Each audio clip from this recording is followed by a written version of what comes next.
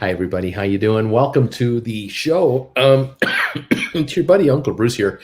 It is Monday, March the 28th, 2022, and this is Stock Markets with Bruce, with your buddy Uncle Bruce. We're going to try to figure out in plain English what's going on, and there's just always lots going on. We have a lot of cross currents here. You think you're standing at the edge of the river watching the water go by, and what you don't know is just under the surface, there's all kinds of turmoil. And there are crocodiles, wildebeest pieces everywhere,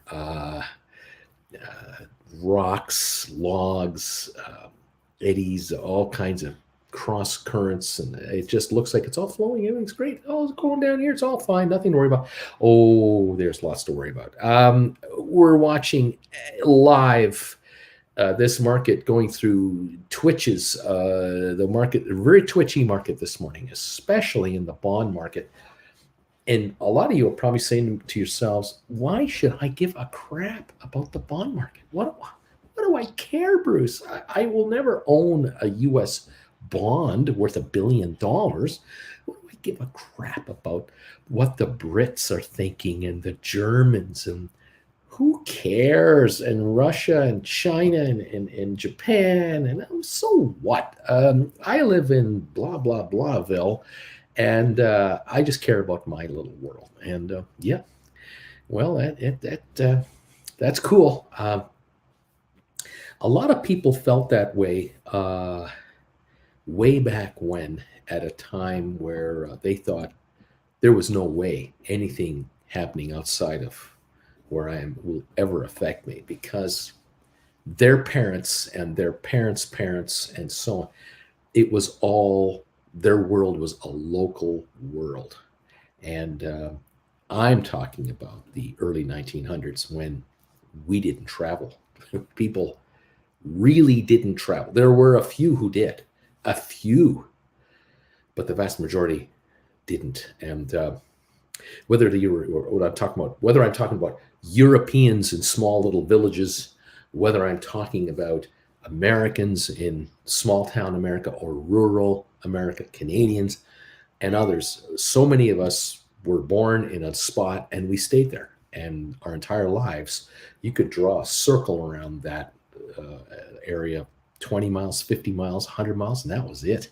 That was a lifetime on the planet in that region, with maybe 5% to 10% of the world that actually did any kind of traveling. I mean, any kind.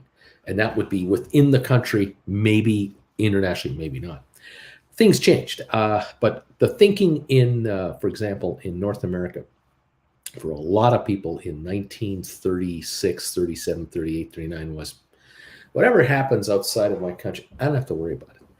And it's not going to affect me in any way, shape, or form, until Pearl Harbor got nailed and the Americans were brought into the Second World War and had been begged to enter by Britain for quite some time.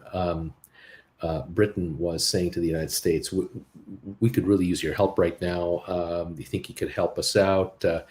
And the U.S. is going, we don't really want to get involved, because if we get involved, it's kind of a World War thing. We don't want to really going to go there. But why don't we'll just give you some planes, and we'll give you some ships, and here's some bullets. And the Germans viewed that as entering the war.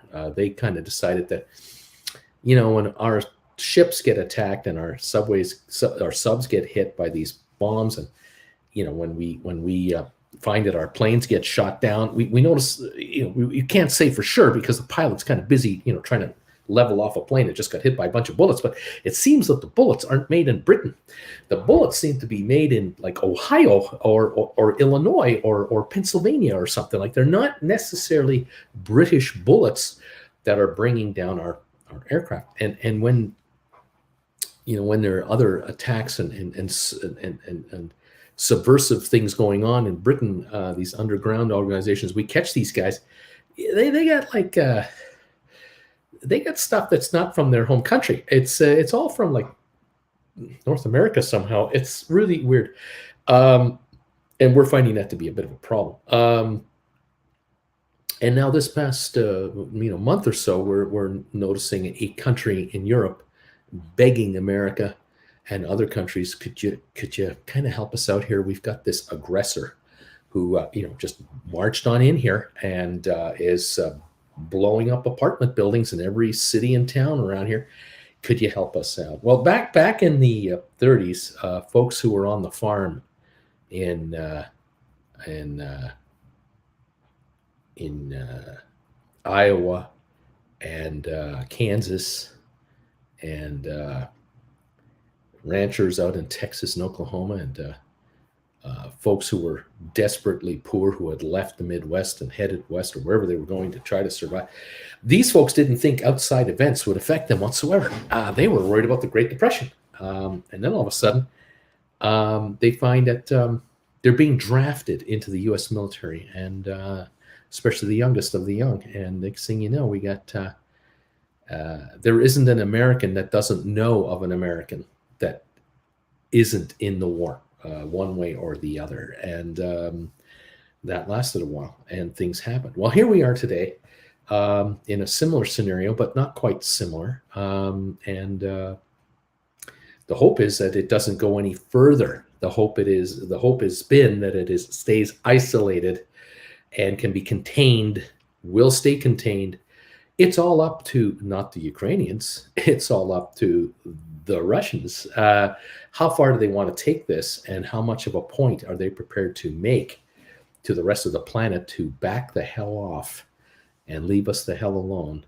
We have work to do here. And so far, the Western world is saying, no, no, no. And we're going to send in all kinds of sophisticated and unsophisticated weaponry to make your little foray into that country a living hell. And it has been so far. And the interesting thing I find about the Russian thing, and I remember from my childhood, the Russian thing, at that time, the Soviet Union thing, was that somebody would be walking down the street and trip and fall. And the West German newspapers and the American newspapers and the British newspapers and all the other say, oh, that guy tripped and fell on the sidewalk. The Russian newspaper would say anti-Soviet agents, Americans, pulled a string across the sidewalk that the guy didn't know was there, and he fell. And that's just another sign of how the West is trying to undermine our society. No, the guy just fell down. He just tripped and fell. No, that's not it. An alternate reality. Alternate facts were the norm in the 40s, the 50s, and the 60s, 70s from the Russians, the Soviet Union. A Russian artist, a dancer, whatever, would defect to a Western country. In the West, we would say another prominent Russian got out because of intolerable whatever. And in the Russian press, it would be basically Russian kidnapped by Western agents, putting fear in the locals, thinking that, oh my God, the Westerners are looking to kidnap our best and brightest people. That's why we can't let them leave. You see, we have to keep them here. The Berlin Wall went up in 1960, 61, 62. The East Germans insisted until 1989, right to the very end. The reason the wall is up is to keep out these Westerners who are trying to come in here and create havoc. In reality, within a half a mile of the wall in Berlin itself, if you were caught walking along with your puppy dog within a block of the Berlin Wall on the East German side, on the East Berlin side, and you didn't have papers that allowed you to be there, like you had an apartment nearby or something, you were instantly arrested because you were deemed to be anti-country, anti-East Germany, because you were plotting to escape. How the hell they could escape from with a puppy dog walking across is impossible, but many an East German had a very uncomfortable time in the Stasi police cells, in interrogation rooms. being caught a little too close to the wall that was supposed to protect the East Germans from the West Germans. No West German in their right mind wanted to go into East Germany for anything whatsoever. They just wanted that wall to come down and unify the country again. But it's all perception and it's all reality. So here we are this morning trying to figure out what the heck is going on and who do you believe? Where are we at? Where are we going? We're only up 12 points on the Dow. We're up 3 on the S&P. We're up 17 on NASDAQ. It is virtually unchanged. I think it's a tentative hold on this number. I think we're poised to go lower. I thought we could go lower on Friday. We didn't. We went up 150 points on Friday. I thought we might have had a bad run. Profit taking. I'm not saying that the world is coming to an end. It's just there's profit taking. But now there are other things coming up, and one little piece of bad news comes. You go, oh, okay, a little bit of bad news. All right, yeah. Then another one. Then eventually, it's too much, and I'm wondering just what's going on. First of all, the good news. Crude oil is off $5.78. West Texas, we're down to 108. Great. 108.12, whatever it is. Great. The lower oil goes, the lower cost of everything is to move people, goods, you name it. Yes. Commodity prices are dropping. Good. Commodity prices are overpriced. Yes, they've been overpriced. Oil is still overpriced by $50 a barrel. We got a ways to go here, but it's moving in the right direction. The bad news is the interest rate world is completely screwed up. There are the folks out there going, we have to have higher interest rates to combat inflation. Then the others are going, we increase interest rates too much. We're going to create a recession. Forget about inflation. We're going to have unemployment and we're going to have Armageddon here. We're going to have a real problem on our hands because right now, governments around the world, especially in the Western world, the G20, they're noticing, oh, unemployment is not a problem at all. There's help wanted signs everywhere, which means we governments don't have to pay out as much money to the unemployed because there aren't any unemployed. They're working for the most part. It's almost completely unemployed. We don't have a 12% unemployment rate. We have a 3% unemployment rate. So that's good for government coffers. The other thing that's good for government coffers is economic activity has been pretty good, which brings in revenues. The demand is high, and that will bring in future tax revenues. Some governments who are addicted to high oil and gas prices, Alberta, Canada is a classic example. Texas, Oklahoma, Alaska, they are raking in billions of dollars statewide in their coffers that they don't know what to do with. And rather than make college free, or rather than have a healthcare system to take care of the poorest, to get them healthy so they enter the workforce to make money. No, that's socialism. We can't have that. We have to give the money to the wealthy and to those who are, out there who can just spend it on whatever. And let's at the same time eliminate the gas tax to just make it even dumber. Why don't we just eliminate the gas tax and keep that price of gas down 20 cents a gallon rather than let it be at $5.40 a gallon, get it down to $5.20. And that will be, our ticket to be reelected, rather than encourage people to maybe use less and use something a little more affordable and more economical. Despite all that is going on, we are watching a zillion things happening at the same time, which in the end is either good news or bad news for the stock market. And in the end, what does that mean to you in your town? Again, you don't care about outside world activities. You just want to know what's happening where you are. And where you are, you're going to see perhaps a lower price per gallon on your fuel, either artificial or real. The artificial drop is because your government is stupid enough to waive a gas tax for a while, rather than take the money in and pay off its debts, which is those are your debt. Or it's real, prices dropping and oil's going lower. But you're also going to probably notice, possibly, you're going to go to a car dealer someday, I don't know when, or you're going to go to your local financial institution for a loan to buy a used car, a truck, whatever it is you want to get. and you're not going to find money as cheap as you used to find it. And whether you're going to Home Depot or Lowe's or whatever, and you want to buy a fridge, stove, dishwasher, what have you, if it's in stock, great. Now you need the money to get it. You're going to use your credit card to do it. Fantastic. But you're going to find that little by little charges are going to show up all over the place. There could be convenience fees to use credit cards charged by retailers. There could be convenience fees to hold a card by your card holder. If you pay your balance off in full, they're going to try to nail you $100 a year to own the card. They got to find a way to make money. And the card holders are the ones who pay. They're already charging 21% to 25% interest on the cards. Kind of hard to charge 35% interest and get all kinds of people fired up about spending money on a credit card. But nonetheless, that's part of it. The markets themselves, they hate uncertainty. They love certainty. They love to know, what's the plan? Tell me the plan. We'll deal with the plan.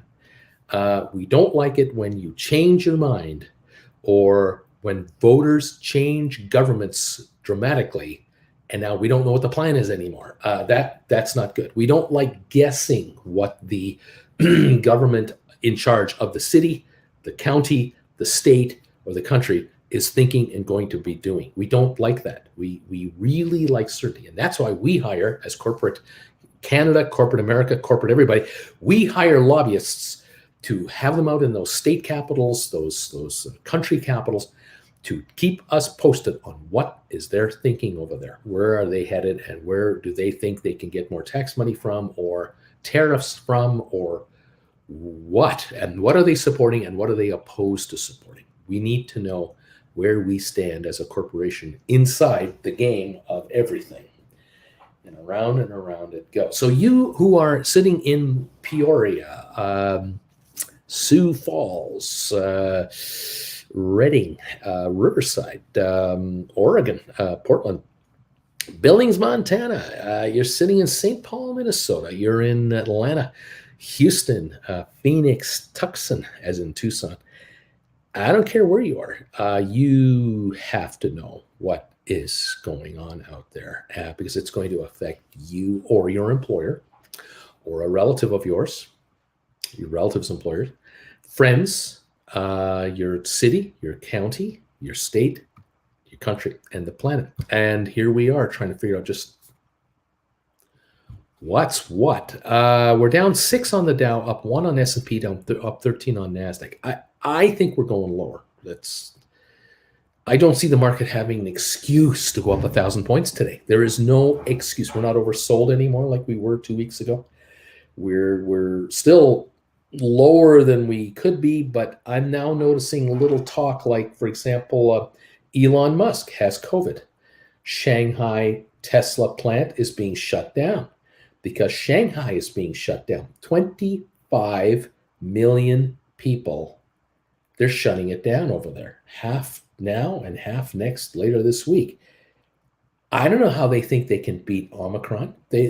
For some reason, the mentality of certain countries is such that we are more powerful than creation itself because we are the chosen ones. And if we decide that this is how we're going to tackle a virus, we will win. And if we're unified, we can't lose. And for some reason, the mentality is that we'll just lock down an entire city and that will stop the virus in its tracks and it'll be great. And you do that, except you have exceptions. And therein lies the problem. You have exceptions. Exceptions for medical workers, police, secret police, ultra secret police, snitches for the secret police. It goes on and on and on. There is no way you have a shutdown going on. There is no way. Food has to be delivered. Food has to be imported, has to be brought in. You cannot shut it down. And so the Omicron virus, which we all are aware, I think most of you are in on this who are in my channel, you're aware of how contagious it is. We had the numbers go crazy in Europe and here. Now it's China's turn. And no matter what China does, they don't seem to be winning. Look at Hong Kong as a glaring example of a city that had virtually no cases, but they weren't getting their seniors immunized because there were no cases. I don't need to get a shot. There's no cases. There's no virus, so I don't need to get a shot.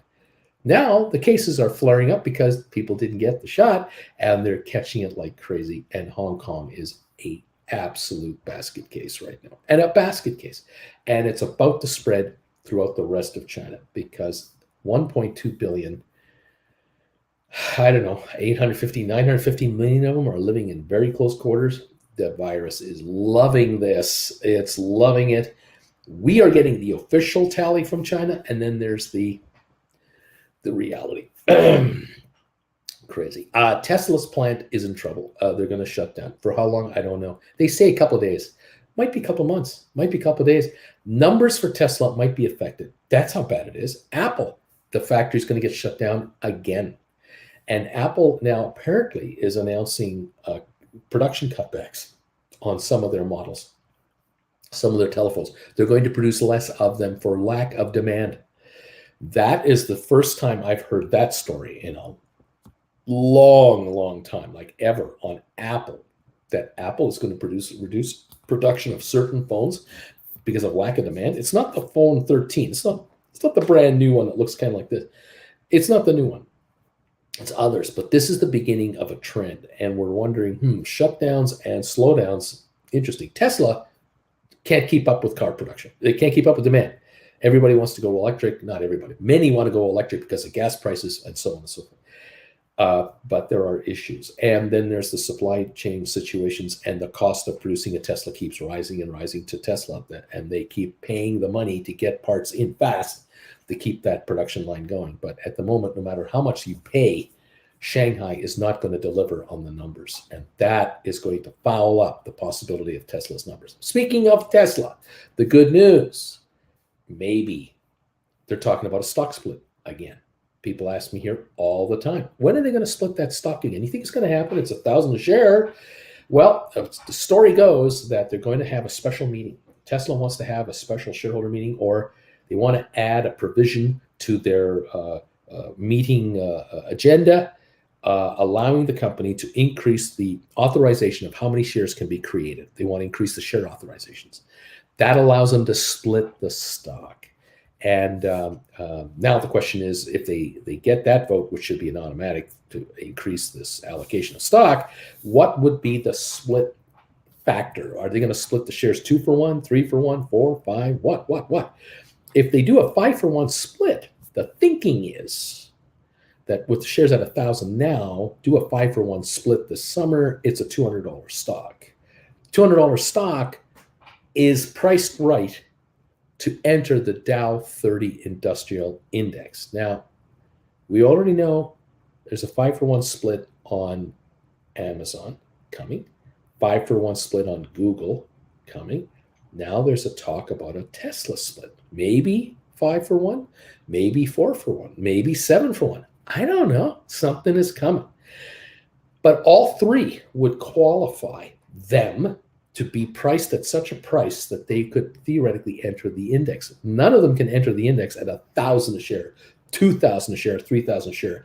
The Dow Jones Industrial Index is weighted, dollar weighted. And so for complicated reasons that I can't get into and I don't want to try to get into, you got to have a stock under so many dollars a share to even be qualified to get into the Dow. And I think that's under 400, under 500. There's one stock that right now is over 500 a share. They might be doing a split anyway and get them back to 100 a share. I don't know. Is it a guarantee that Tesla will enter the Dow 30? No guarantee whatsoever. But is it under consideration? Yes, it could put the stock in consideration for entering the Dow 30. Maybe a year or 2 or 3 from now, maybe. I don't know. But in the meantime, it seems that what is happening at Tesla, I like the thought process they have about let's split our stock and keep it affordable for retail investors and our employees. Any employees that are getting options in stock, now they are getting more blocks of hundreds rather than 5 and 15 and 3 and 17 shares. They're getting more in like hundreds of shares. Anyone getting 20 or more shares on an option, that's 100 shares now, 5-for-1 split, another 100. That puts them into the option writing business, theoretically. And it also puts them into the business of, if they want to trade their stock, they can trade their stock in units of 100 rather than units of partially 100. We'll see how this all works out. There's a lot of excitement out there from investors going, oh, this is great. Tesla's going to split 5-for-1 or whatever it is. That means more people will want to buy the stock and play the stock. The stock will go up in value because after a split, stocks always go up in price. Not always, mostly, but not always. It makes the company no extra money. As a matter of fact, it costs them money.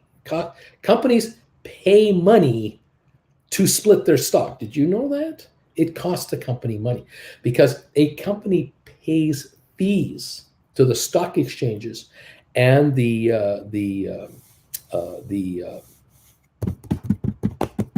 agents. In the old days, when it used to be a public company, you had stock certificates, transfer agents. Actual stock certificates had to be printed and had to be, put your name on it or put the brokerage firm name on it, whoever owns this stuff. It had to be printed out and then created and then delivered. So now it's all electronic. Still, transfer agencies who track ownership of stock. This brokerage firm sold so many, this brokerage firm bought so many, sold so many. This is always done all the time. There's a fee to the company for this. The company pays the fees to be a public company. And the more shares that trade, the more expensive it is for the company to be a public company, basically speaking. And so you pay higher exchange fees, higher trading fees, higher transfer agency fees, and so on. And so Tesla is saying to its shareholders, we believe that at 1,000 a share, it's worthy to consider splitting our stock. Or let's put it this way. We're thinking that we want to be in a position to be able to call a split in our stock sometime down the road. But before we can do that, we have to authorize an increase in the authorized capital of the stock. That's the first thing we have to be able to do in order to even consider a stock split. And it might be that Tesla is saying, no, we're not going to split the stock with it just at 1,000. No. This stuff's got to go to 1,500 or 1,800 before we do a split. So there may be a whole bunch of disappointed people who think that Tesla's about to announce a stock split when there isn't one coming. There's only the preliminary moves being done to possibly split the stock, and people have gotten ahead of themselves. That's possible. I think the split's coming, though. Yeah, I think it is. And I can see them doing a split down to 200 a share or less. They might do an 8-for-1. They might get to 1,600 a share, then do a $200 split. Or they might do it at 7-to-1 with a $1,000 price tag, bringing it down to 150 a share, ballpark, 145. Yeah, anything's possible. We'll let you know. I'll tell you when I know. You'll tell me when you know. How about that? That's a good deal. All right. Well, there you have it. We are 32 minutes away from opening this market, and we have a lot of cross currents going on. The Dow's off now 31 points. S&P down 2.5. NASDAQ is only up 3 3/4. Oil down 5.74. Gold down 11.20 a share. Okay. And there you go. And what is everybody talking about this morning? What is the number one topic this morning at the imaginary water cooler? Because there are no more water coolers anymore. I don't know if you know this, but there used to be a time where no firm of any size would not have a water cooler in its office. You always had a water cooler. But the proverbial talk around the water cooler has nothing to do with the stock market today. Has nothing to do with oil. Has nothing to do with the war in Ukraine. Has nothing to do with interest rates or inflation or anything like that. No, the number one topic of discussion this morning is Will Smith slapped Chris Rock on the schmucker on live television in front of, I don't know, 1 billion people, I suppose. I don't know how many were watching at the moment it happened. I wasn't watching because I don't watch the Oscars anymore. I don't go to the movies anymore. So I'm out. I'm old. They don't care about me anymore. I'm done. I'm out 30 years ago. But I guess Will Smith nailed Chris Rock with a slap because Chris Rock made a joke about his wife and Will didn't like that. Most interesting development. That's the talk of the water cooler this morning. And of course, Will Smith, a few minutes after that incident, won the Best Actor Oscar for his portrayal of the Williams sisters' father, I believe, in the movie. I don't even know the name of the movie. I don't even know what the name of the movie is. That's how out of the loop I am. I'm so out. And you don't have to tell me the name of the movie. I don't care. But in any event, he slapped them on international television in front of a worldwide audience. And of course, it's been played. I caught the clip on YouTube. Thank you, YouTube. 27 million views when I watched it this morning. I'm sure it'll have 50 million views by the end of the week. And I kind of thought about that. I go, well, isn't that interesting? I like both of these guys. I like Chris Rock a lot. I like Will Smith. He's okay. And I don't have a problem with what Will Smith did. And I don't have a problem with what Chris Rock actually did first. I don't have a problem with. What I'm kind of impressed by is, as far as I know, there have been no charges laid against Will Smith because it would have to be done by Chris Rock. He'd have to press charges. And I don't think he will. And I commend him for it. I commend him for that. He's in an interesting position, to say the least. Chris Rock doesn't need the promotion. Yeah, Will Smith would be, quote, charged with battery, I suppose. And then there would be a big kerfuffle about a trial someday and all that stuff. But I look at it from another angle, I guess. This is the state of the world in which we're in today, where someone says something and someone else would just like to come up to them and slap them for it. And you can put in comedian if you want. I want to slap a comedian. Or you can put in whatever term you want in that area. You can make it, I want to slap my mayor. I want to slap my senator. I want to slap my governor. I want to slap my president. I want to slap my neighbor. I want to slap my brother-in-law. I want to, whatever. Any title you want. Political, relationship, co-worker, boss, YouTube creator, whatever. It's just where we're at. And that slap was, there was no doubt as to why he hit him. There's no doubt as to why.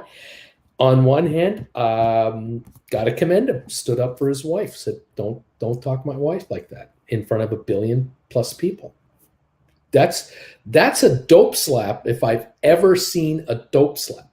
For the comedian who got it, it's kind of a, well, maybe I shouldn't make a joke about a guy's wife, but the guy sitting there right in front of me who could come up here and kick my butt, because Chris Rock isn't 6'9". He's 5'8", whatever he is. And Will could have done a lot more than give him a slap. Just saying. Turn the other cheek could be the pacifist's way of saying that she should just turn the other cheek.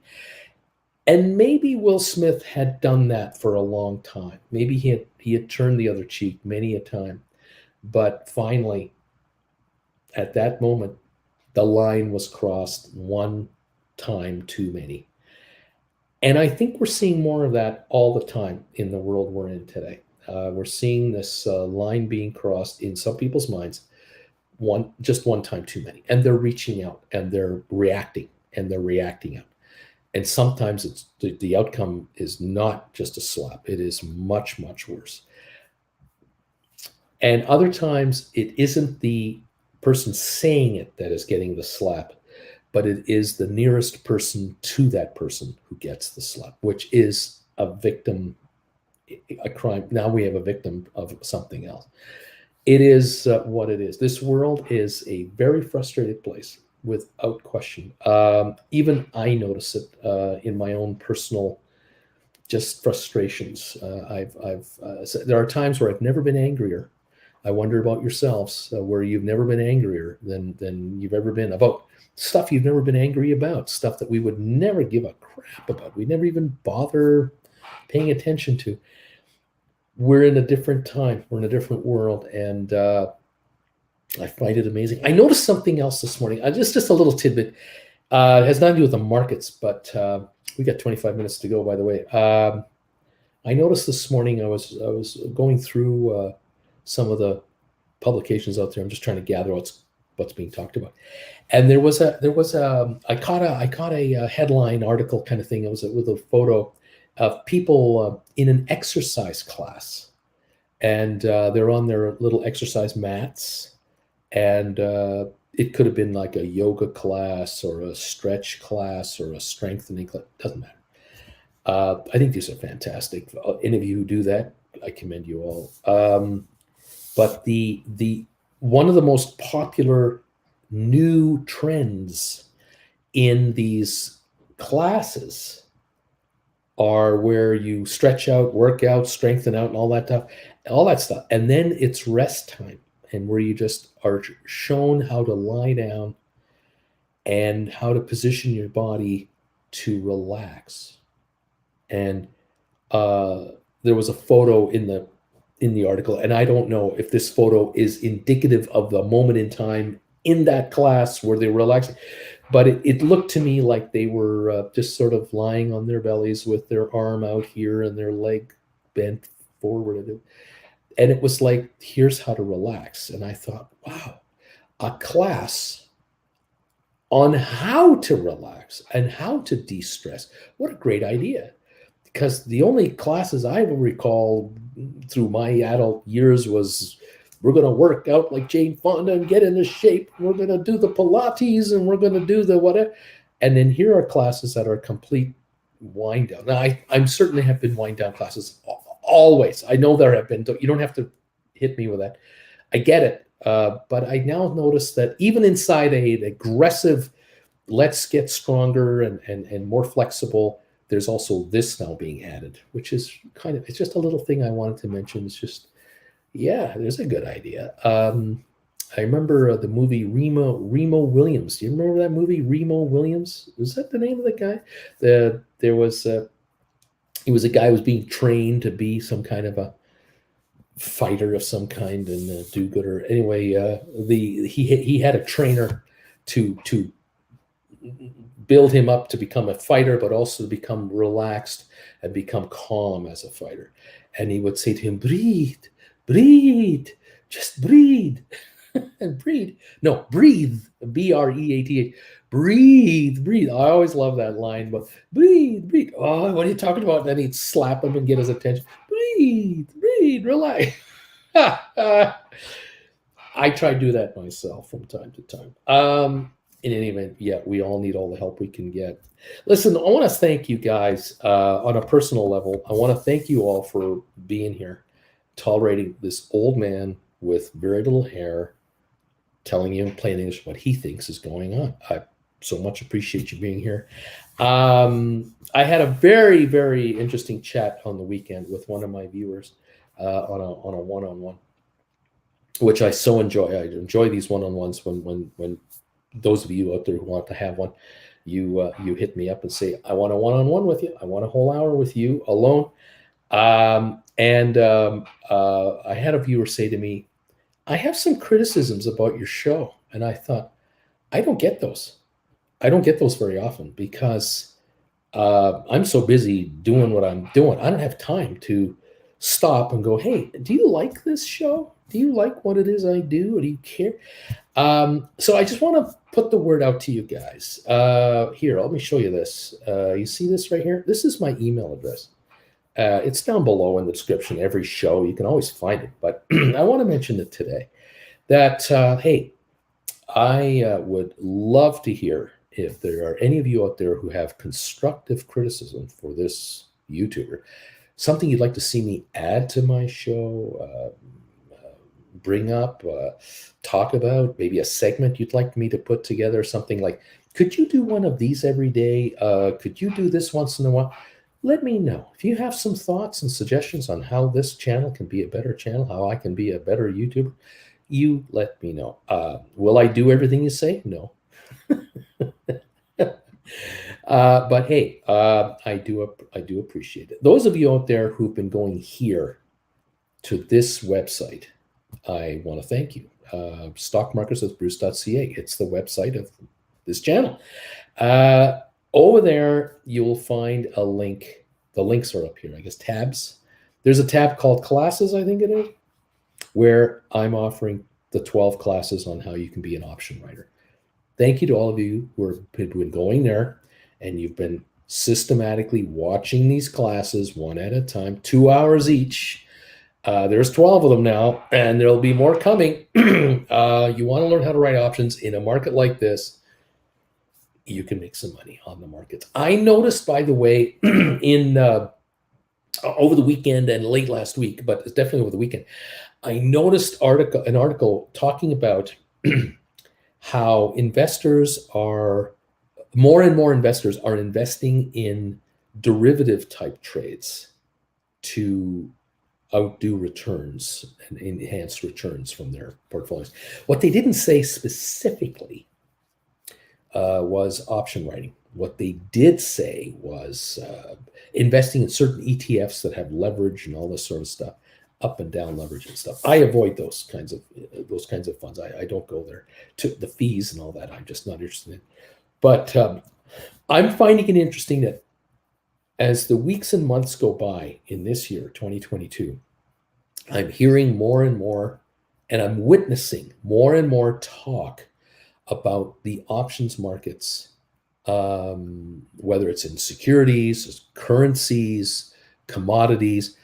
More and more ads are showing up, I think, on YouTube.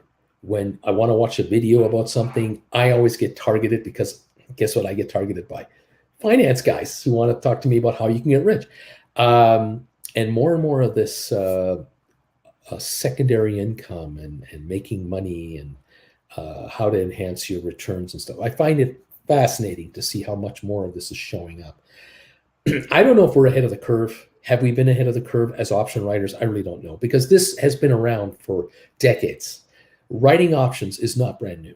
As long as there's been an option market, there have been option writers and option gamblers, the buyers and sellers of options. You can't buy and sell an option unless it's created. It has to be created by writers. That's how you increase liquidity in the markets. So when you folks write options, you're actually adding liquidity to the market, believe it or not, because you're creating a product that now can be traded by potentially millions of other people. Who knows? So again, if you're learning how to write options because of this channel, my channel, and you're taking my classes and you're watching me live, and I'm excited for you. I really am. I commend you. You're in the top. You're in a 10 percentile world, I have to put it this way. Of 90% of the market participants out there, not even 10% write options.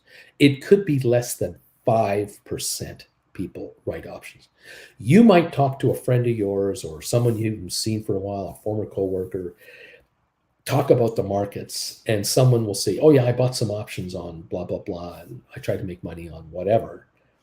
But they won't talk to you about the fact that they wrote options. They only buy options. They buy and sell calls. They might buy and sell puts. Calls to puts are at least 2/3 of the action is calls, 1/3 of the action is puts, really. But writing either one, writing calls or writing puts, you're in the 5 percentile group. 95% of the option players don't do it. They don't understand it. They don't realize how they can do it. They don't know what it means. And many of you who've been watching me now for the last year, but certainly the last 6-8 months, you have been introduced to options like you've never been introduced to options before. And the writing of options is something many of you had no idea that you would ever be involved in something like that. You never heard of it. You'd never heard of it ever. And then when you did hear about it, you thought, this sounds pretty complicated. And then as time went by, you realized this actually isn't that complicated at all. The thing I'll mention about writing options is what I make you people do. If you are an option writer, what I'm making you do is the hardest part of investing there is, and it's called selling. I am making you sell something first before you buy it back later. Selling is the hardest thing to do. I have had millions of examples in my career where people tell me, oh yeah, I bought 10,000 shares of XYZ oil and gas and they went way up and I didn't sell it because I thought it was going to keep on going and it came back off. And I could have made so much more money had I sold it. Did you still own it? Yeah, I still got it. What's it at? 15 cents. I'm down 80% of my money, 90%. I'm down 99% of my money. But for a time, there was a time where I was really rich with this stuff. Oh, I was really looking good. With option writing, you have to sell first. And that is the hardest transaction there is. It is the hardest thing to do is to sell first because you've got to pick your exit price now. And people don't know how to do that. People do not know how to pick exit prices. We're experts at buying. We're really good at it. Dang, we're good at it. But boy, are we terrible at selling. And this is why so few people do option writing because they go, oh, you mean I have to sell something before I can buy something? Oh, no. Can't I just buy an ETF that does option writing? Let them do all the work and just let me have the gravy? Can't we do that? Well, that'd be a lot easier for me. But if you want to make the dough, you got to make the dough. And to make the dough, you got to close the sale. Have you heard that before? You got to close the sale. And that's the deal with option writing. You got to sell your contract before you can buy it back at a lower price. The good news is that once you've written your contract, the hard part is over. Now you just pick your moment when you buy your contract back. That's all it is. And welcome to the world of the markets. Amen. Those of you who are in the 5 percentile group of option writing, welcome. Those of you who are here to hang out with an old man that is predominantly forehead, not a lot of hair, I'm sorry. If you're just listening to my voice, I get it. There's so many of you out there who say, Bruce, I love your shows. You know what I do, Bruce, is I put you on my computer. I got other tabs going at the same time, and I just got your voice in the background. So when you make a funny face like this or a funny face like that, I'm not doing anything. They don't know I'm not doing anything. I'm fooling them into thinking I'm doing something. They think, oh, well, I missed the funny face, but I love hearing what you say. Okay, so there you go. I keep thinking I have a face for radio, but it is what it is.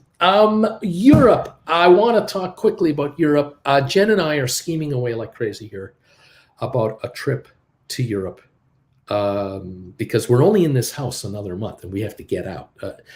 They say we don't. The folks who have this, they say, you can stay as long as you want. We love you. No. We have to get out. We have until early May, and then we will be getting out. But we're talking about a trip to Europe, and the thing I'm doing is I'm trying to stay longer in Europe, and Jennifer wants to stay shorter because Jennifer knows, like I know, the weather in this city, Calgary, is really nice in July and August. Then September and October gets shaky, and then November, December, it's awful, and the rest of the winter is terrible. And so, you kind of want to be around here when it's the nicest time of the year. But the same thing with Europe. There's many places in Europe where July and August, it's the best of the year. And around goes the debate. It's not a big fight or anything like that. We're just kind of both saying, well, if we stay longer, we can add this to the trip. If we stay another week, we could do that. But if we come back earlier, we can't do this or that. We have to now drop stuff or whatever. So this trip constantly is evolving while the calendar is going by. It is March 28th. So hopefully in the very near future, Jen and I will figure out the timing and then we will fill in the blanks for the itinerary. And that just leads me to say to all of you out there who are in Europe who watch me, and there are a number of you who watch me from Europe, we would love to do meet and greets in Europe. We just don't know exactly where and exactly when it's going to happen. I've asked any of you out there who would you be interested in us having a meet and greet? We've had responses, and that is wonderful. So hopefully we can announce something not too long from now, giving you folks time to plot strategy to perhaps come and see us wherever it is we're going to do this, and we'll keep it going from there. Okay, thank you all so much for supporting this channel. Whether you're a subscriber, whether you're a Chillin' with Uncle Bruce member, whether you're a gold member like one of these guys up here, whether you're making donations on PayPal to us or doing super chats or just telling us you love us, thank you all for everything. We do so appreciate it. We're 10 minutes away from opening right now. And sitting here, I'm watching the Dow go lower, but not in a hurry. It's down 40 points. It was up 50 earlier. It's down 40 now. We're down 3 3/4 points on S&P. We're up 6 on NASDAQ. There's nothing going on. Now we're up 2 on NASDAQ. We're about to go red. Oil is lower, down $7.23 a barrel to 106.67. Very good news. The lower, the better for prices at the pump. Fuel surcharges might not be a topic of discussion with corporate America. Lower inflation expectations, perhaps globally, not just local, but everywhere. Hopefully, this will continue to come our way. All right, there you have the very, very early market indicators. I'm showing GameStop at 152.90, up now 95 cents. It was this morning as high as 157 for brief moments in time, really. 156 range for half an hour. Then in the 155s for an hour and a half, and then 54s, 53s. Now we're at 152.90 on 151,000 volume. This isn't enough volume. This is not enough volume to hold gains for GameStop. Recent gains. There's no way with this lack of interest in the stock that we stay green at all. We may not even open green on the morning. I don't know how many shares are for sale on the New York Stock Exchange right now in the pre-market. But by the time we open up in 9 minutes, it is possible that we have 5 shares for sale for every one that's wanted, only because the sellers can't sell in the pre-market through their brokers. Their brokers don't allow pre-market trading. That's possibly what's happening here. Buyers, same thing. Maybe there's more buyers in the wings that are wanting to come in here, but they can't come into the pre-market. But those who have come into the pre-market, we've only had 151,000 trade. And as I said, we've been as low as about, looks like 151 and as high as 157.5 or something like that in the 4 hours prior to the opening, which is now in 8 minutes. All right. That is the story at the moment on GameStop. Other than that, on the pre-markets, some of our favorites, Rocket Lab is showing a gain of 7 cents. SoFi down 2 pennies. AMC's up 21 cents at the moment in the pre-market. It was a bit higher than that earlier today at 20.44 now. Matterport is up 3 cents. 23andMe is up 2 pennies. Spire is up 5 cents. It was higher this morning. It was up maybe more like 15 cents at one point. It's only up 5 to 207. ATIP looks like it's unchanged. Smart Rent up 20 cents this morning. That's only recent. Cyxtera showing down 17 cents at 1207. Apple down 262, and I think the 165 range is coming into play again, in my humble opinion. Goldman Sachs up only 6 cents. We're up $1 something this morning, now only up 6 cents. Cisco down 9 cents. We've been kind of flat all morning. Tesla still holding a gain. At the moment, it's $51.95 a share to 1,062. But there are other issues nibbling away at Tesla that keep me from going, oh, this is going higher. I don't know. We may have had the run from the 700s to the 1,000, and we might be topping out here for a bit. We'll see. Despite the split, we have other issues. ARC Innovations up 48 cents to $65. 65 to 67, I think, is the upside. 60 to 65 is the low side at the moment. That's just me. My thought. Microsoft down 4 cents. Was up like another $1 this morning. I think under 305 is quite likely for now. Maybe we test the 300 level and push back to 295. Bed Bath Beyond is down 31 cents at 22.28. I heard there was an upgrade for the stock, a price upgrade. Hasn't helped yet. Pfizer down 31 cents, 52.48. We had a 19-cent gain on Friday, closing at 52.78. Now at 52.43, down 36 cents. Again, I am looking for the markets to possibly give up some ground. Yeah, I'm looking for some pullback. Just another headline from Barron's: oil prices fall as Shanghai lockdown triggers demand fears. I tell you, I don't think this is I don't think the slowdown. How do I say it? Okay, oil is off because of fears of Shanghai. Okay, I think you got to just the whole country of China. You got to add the whole country of China. If Shanghai is having problems, city of 25 million, you can bet your bippy that there are other cities in China with exactly the same problems, which we don't hear about. Because if I asked you to name 20 cities in China, you couldn't do it. There's no way you can give me 20 different names of China without you starting to guess wild and exotic Asian names. We don't know the names of the cities off the top of our heads that make up 1 million or more population in China. There's too many of them.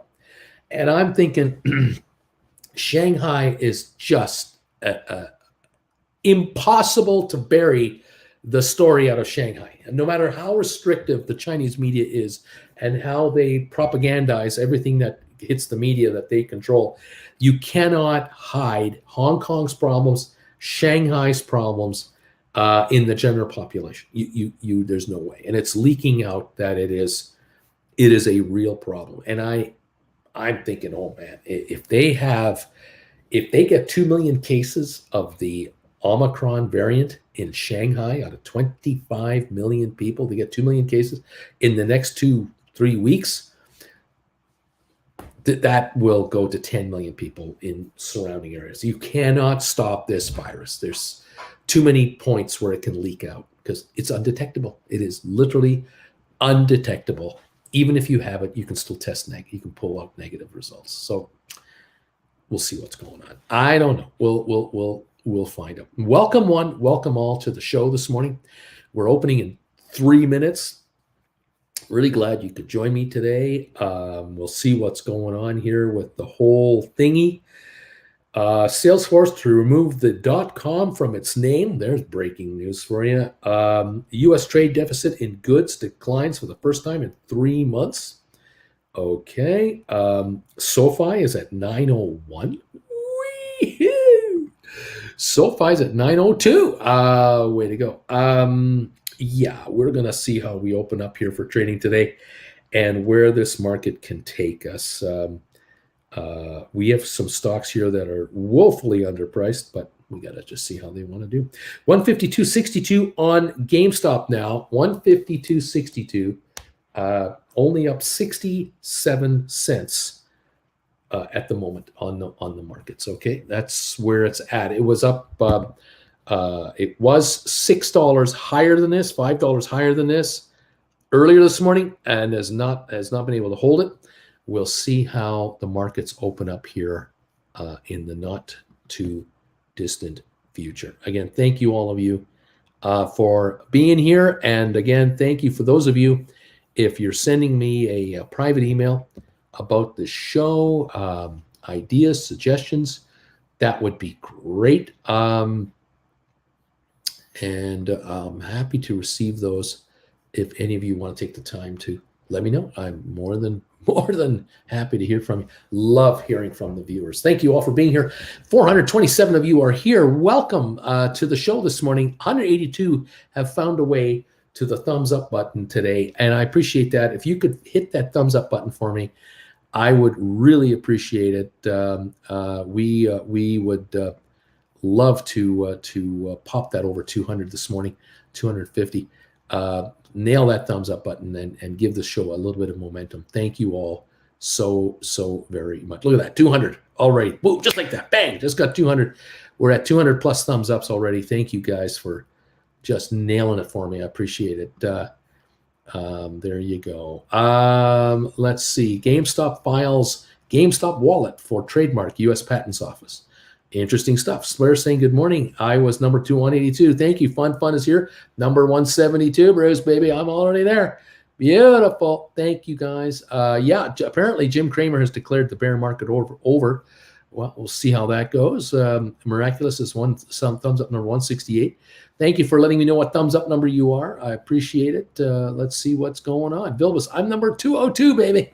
Woohoo! And I'm not Larry Titus, but I'm telling you right now, we're open. The bells have rung, and we're in business. We are up and going on the markets. And I welcome all of you to Monday, March the 28th, 2022, as we get started. And we're showing, at the moment, a 53-point drop on the Dow, a 50-point drop on the Dow, kind of where it showed a few moments ago. S&P down 4, NASDAQ up 6, initial 1-minute indications. Rocket Lab, 806, up a dime. SoFi, 908 to 910, 78 cents higher. Thank you, SoFi. GameStop, 152.92, up 98. Let's take a look at volume here. 326,000 shares to start the morning on GameStop to get the first bunch out of the way. Let's see where we end up. 153.05, up $1.10 at the moment. The next 10, 20 minutes, we'll know just the trend of the market and the stock. We're down 72 on the Dow, a little lower now. S&P is off 5.44, and NASDAQ is up 12 points. That is the latest on that front. Oil down 7.29 a barrel, 7.46 lower now. 7.46 lower on oil. It's 106.44. That is the number now. Nicholas is saying, I'm thumbs up number 223. Right on. LL, I was here at number 51, buddy.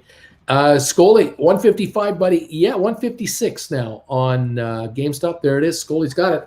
156.78, up 483 at the moment. Are we getting a little morning shot and then we falter and back it off $15? We've had the opposite pattern lately. You've probably noticed in the last few days where GameStop starts lower and goes down like $6, $8, $10 a share, something like that. And then it slowly, after like a half an hour, kind of begins the reverse and then has an update every time.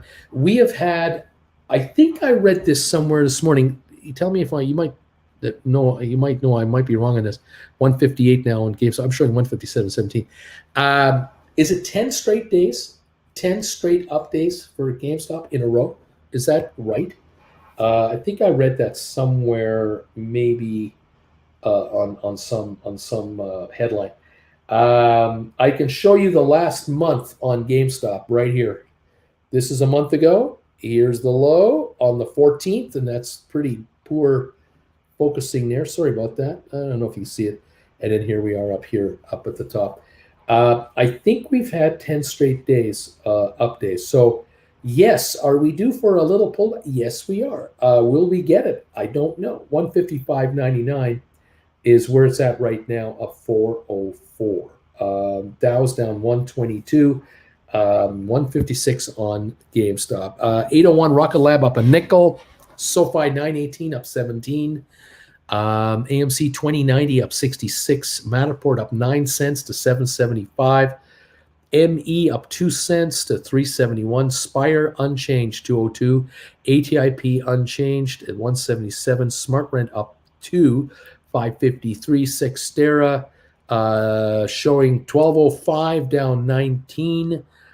Pfizer down 8 cents to 52.70. Robinhood up 21 cents. Vanik down $1.49. Home Depot up 30 cents. IBM down $1.37. Microsoft is up $2.94 to 306.60. Option writing at 306 to 310 is in vogue here, I would say. Apple down $1.36, 173.36. The low was 172 at the morning. First thing this morning, we've already had 6.3 million go through here. 173.50 on Apple. I'm thinking 165 is where we're headed. Just saying. No guarantee, but that's my gut feel there. Eventually, Goldman Sachs down $1.98, Cisco down 51 cents. Right. Facebook up 92, Amazon up 22, Tesla's up 46 to 1,057, Google down $11. Early indications. Now 118 for the Dow, and GameStop 156.05. There it is. What a great day! My newest GameStop share is still 80%. My complete Cardano investment is now 50%, while SoFi tries to move as well. This is great. Who cares? Says, dang, GameStop rocket shot out of the gate. And Ryan Cohen just tweeted, says Cindy, Scully, if today is green, it will have been 11 days. There you go. Will Carruthers, good morning, everybody. 225 thumbs up right here. I'm number 225, fresh back from 2 weeks in Mexico. Missing the tacos already. Will, welcome back. I was wondering, where did Will go? He's up. He's doing something. He's up to something. Not sure what he's up to, but he's up to something. Welcome back, my man. Good to see you. We are showing now thumbs ups meter 234 because of you wonderful people. Thank you for hitting that thumbs up button. Nail that baby for me. Let's get that thing through 250 and 300. Bobby Atkinson, SoFi making the gains this half hour, 916 up 15 cents. GameStop 157.52 now. Bama Cindy, yep, he is proud of his GameStop team. Martin, is there a new tweet? He tweeted last night as well. 157.52. Rocket Lab 801 up a nickel. Dow down 135. SoFi now 920. I wouldn't call that an achievement. I'm only calling it a recovery to where we were last week. We should be through 10 now on SoFi. So let's go, SoFi. Bring it on.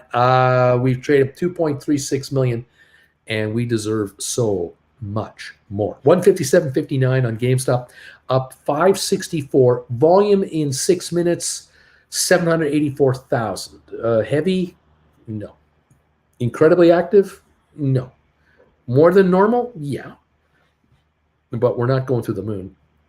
There isn't 3 million shares wanted right here, right now. That's not the case.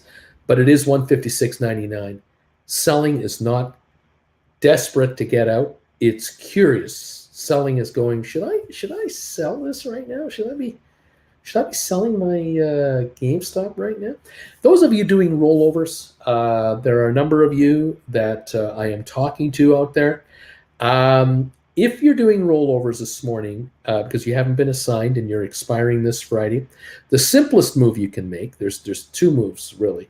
The simplest move you can make is just buying back your call and writing a new call at the same strike price 2 or 3 weeks out. Just buys you more time.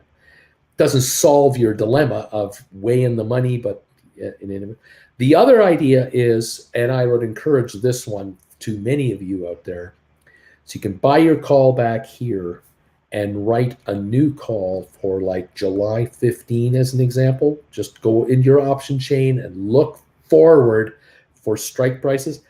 If you can move up $20 or $30 a share in strike price for about the same amount of money or maybe a credit, do that. The reason I say this is because if you can roll a 90 or a 95 or a 100 or a 110 or a 120, you can move them up $20, $25, $30 per contract, strike price, higher strike price, and it's the same amount of money because all you're giving up is time. You're giving up time. In effect, you're cashing in time right now. I want you folks to write contracts that are higher strike price. And so, yeah, they're still in the money, but they're not trading at the money. They're trading at the money plus a time premium, for example, to July as an example. And that is a gain, a potential gain to you. Because if these shares have a bad week, this week, next week, the week after, and they pop back to 130, 125, you may find yourself right around at the money line all of a sudden, or you're only in the money $10 or $20 rather than in the money $40 or $50 or $60, that type of thing. 159.03 on GameStop. We don't want to be afraid of the stock going up. We're happy it's going up. The higher it goes, the richer all of you are on GameStop. The question is 10 or 11 trading days in a row going to be realistic? When is this party over temporarily? When do we plateau a little bit? When do we catch our breath? Because there is no corporate news to justify the values. I'm happy it's up. I am. You guys are richer. Yay! But for those on rollover duty, you want to buy back your call at book value or less if you can get it, and then immediately roll into the new one, whether it's the same strike price down the road a little bit, or ultimately pull the trigger to write something further down the line and bring in premium because it's being offered to you by the gamblers. There are situations probably happening right now where you are able to write contracts with premiums you haven't seen in a long time, like much higher premiums on this upside momentum right now, this volatility that's growing on GameStop, getting bigger. You want to take advantage of it. So move out of 85s, 90s, 95s, 100s, 105s, 110s. If you're still sitting on calls that you wrote back there, start your rollover procedures. If you have 5 contracts and you can only buy one at a time, to write one at a time, do that. Just get to work, but get your new contract written quickly, lock it in, and then get ready to do your next write, and then instantly write your buy back and write, buy back and write, buy back and write. Move up if you can. $20 to $30 minimum move in strike prices is what I would like to hear from you that you were able to accomplish. So let me know how you do with the private emails and whatever you like, or talk to us here if you want. It's fine. But that's what I'm looking for. Okay, guys? We want to move you up. 158.55 on the stock with a 660 gain this morning. SoFi 921, Rocket Lab 802, Dow is down 163. AMC's up $1.13 to 21.37. Matterport is up 12 cents to 7.78 now. We got ME up 3.5 cents to 3.72.5. Got Spire up 1 penny. Was just at 203. Now it's at 202 again. ATIP 176.9 cents, down a tenth of a penny.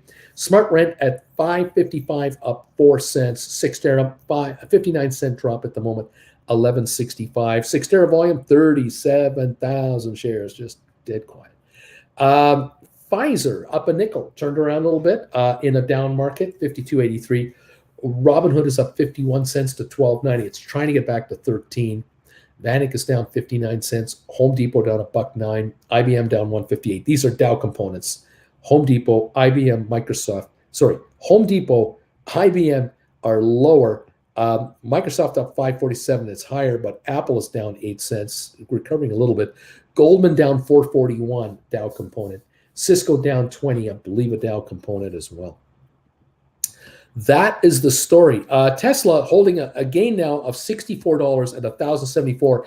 The market is reacting more to the upside of the proposed stock split. There are gamblers out there convinced that Tesla is going to go up substantially because of a stock split. I have doubts about the big win. I see a positive on it, yeah, but not a huge win. We had that a year ago when they did the 5-for-1. Right now, Elon has COVID. He's tested positive. We have Shanghai shutting down. We don't know how long. We don't know how bad. We know Shanghai has slowed down dramatically. This is going to affect Tesla's numbers. That's what I worry about. I'm more worried about the loss of production than the gain from splits. Because at the end of the day, it's fundamentals that will rule the day. So just be careful about that. GameStop, 160.61. We just broke through 160.61. Again, if you're doing rollovers, you're buying calls at book and you're selling $30 higher if possible for July's to take in fatter premiums. And that's what you're looking for systematically, again and again and again. It might take you all day to pull this off. It doesn't matter where the stock is. Stock's 150, 160, 165. You're doing rollovers. You're just rolling over today. Not going to wait till Friday. Today. Time to move forward and move up in price. 161.04 at the moment on GameStop, up 909 on a volume of 1.25 million. There's where we're at. Undeniable, that's where it's at. And so it's time to move up your strike prices on rollovers. Now, if you've written 120s, 130s, 140s, you might want to look at rollovers. If you can get your contract back at a very close to book value situation, and those of you who've written 110s and 20s and 30s, you're likely noticing your contracts are mostly book value now, like very much high percentage book value and very little premium. You want to turn that contract into a smaller book value, lots of premium contract. And that's why I am encouraging you to look at rollovers going forward over the next couple of months to take advantage of this wild and wacky price. So if you can go from a 130 to a 150, you can go from a 120 to a 140. That's definitely a big step in the right direction. If you go from a 120 to a 150, $30 move, even better. But again, you may have to go down the road a couple of months to get it. I encourage you to do it. Scoop this up. If the stock backs off, once you've made the move to 150s, or you moved into 140s, you moved into 130s, you moved into 120s, and the stock does back off $20, $30 on a 3-day, back off event, your contracts will drop by 50%. Guess what you're going to do? You're going to buy those back and write new contracts closer in time.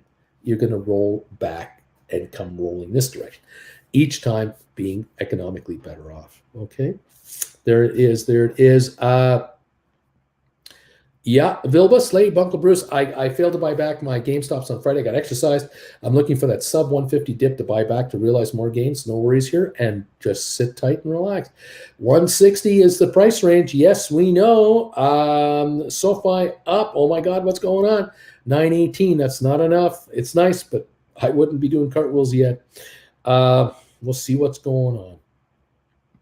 We'll see what happens. 160, 175 on GameStop, up 980. AMC up 155. If you're sitting on AMC shares out there, same game plan. You want to be writing AMC contracts for sure. For this Friday, maybe writing 23s. For next Friday, writing 24s, 25s. 2 Fridays, 3 Fridays. If you can write 25s and get a fat premium on AMC, I would do it. Absolutely do it. If it wants to go higher, you'll do rollovers. Not a problem. All right. Anyway, yeah, there we are. New high was 163.88 on GameStop. Trying to set new highs. At the moment, 162.50. The Dow off 149 right now. S&P off 8.8. NASDAQ is up 89 right now. Mixed market at the moment.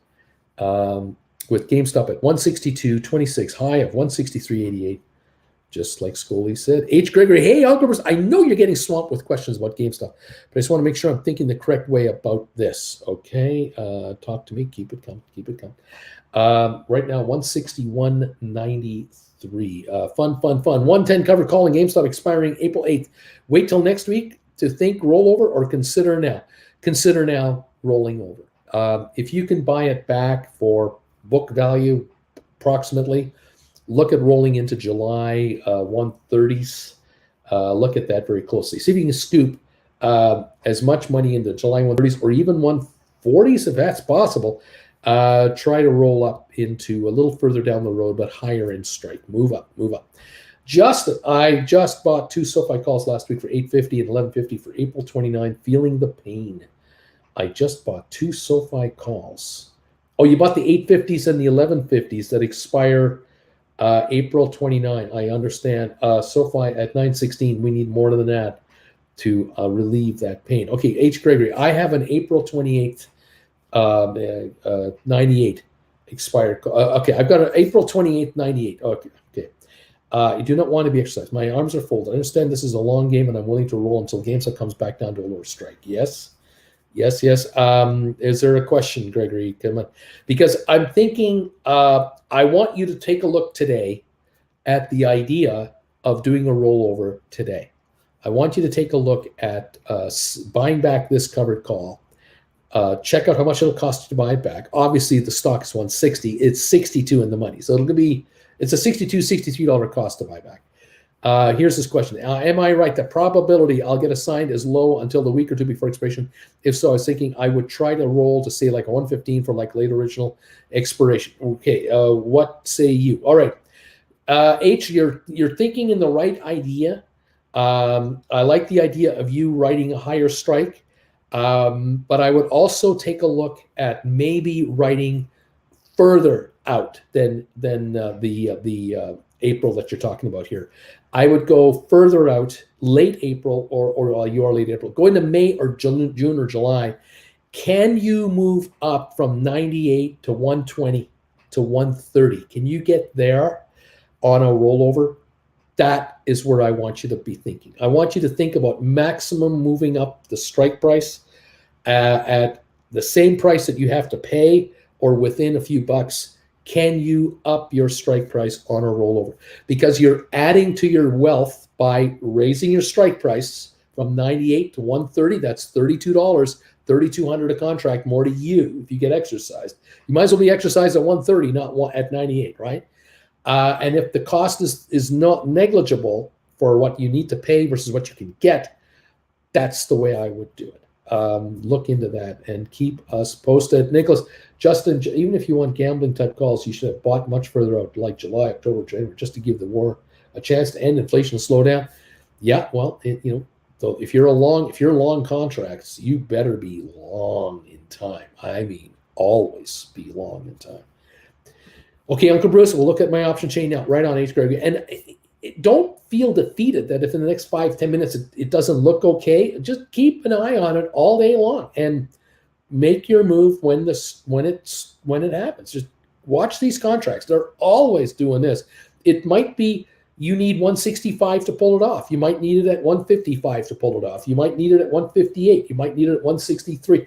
It all is variable. All right, 162.47 on GameStop. Remember, all options are moving right now with the stock of GameStop.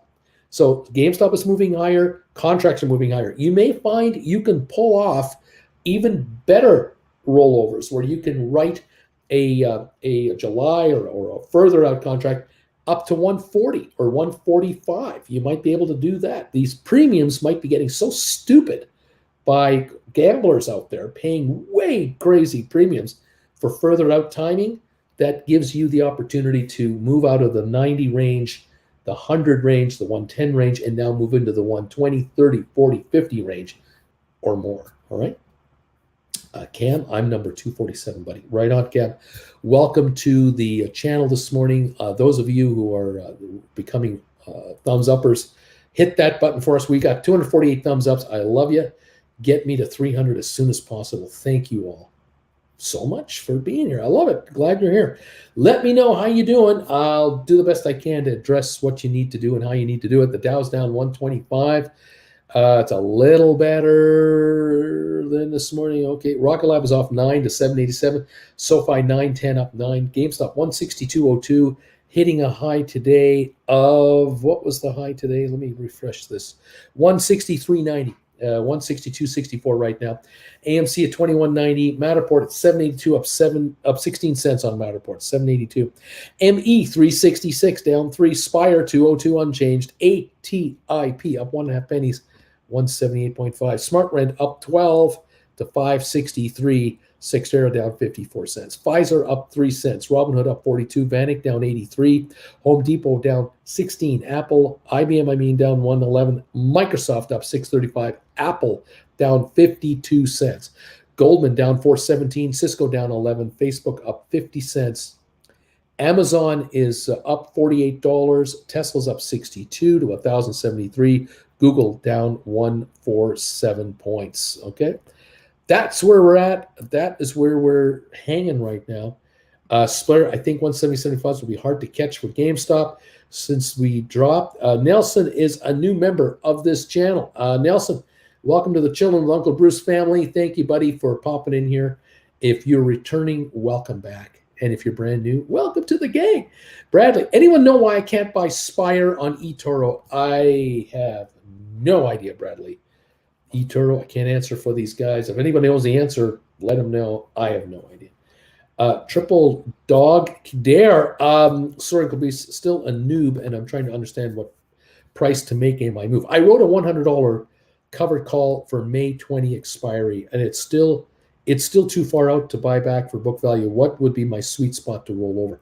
Well, again, on the rollover side, let's look at it this way. Let's say you have to pay Right now it's worth 62.69. Let's say you have to pay 170 for it. Just I'm making up a number. I don't know what the number is, but you got to pay a premium to get it, right? But you can write a call for, say, July that might be a 110, a 120, a 125, for just as much money, 70 odd dollars, because it's longer in time. That's a successful rollover. You might be doing 2 or 3 of these over the next few weeks. You might not be. It's a question of how the market will tell us what to do. If you move now into 130s, 135s, 125s, you've already made a $20, $25 move. That's the first smart thing you're doing. Next week, later this week, stock wants to go to 185. I don't know. Let's say it does.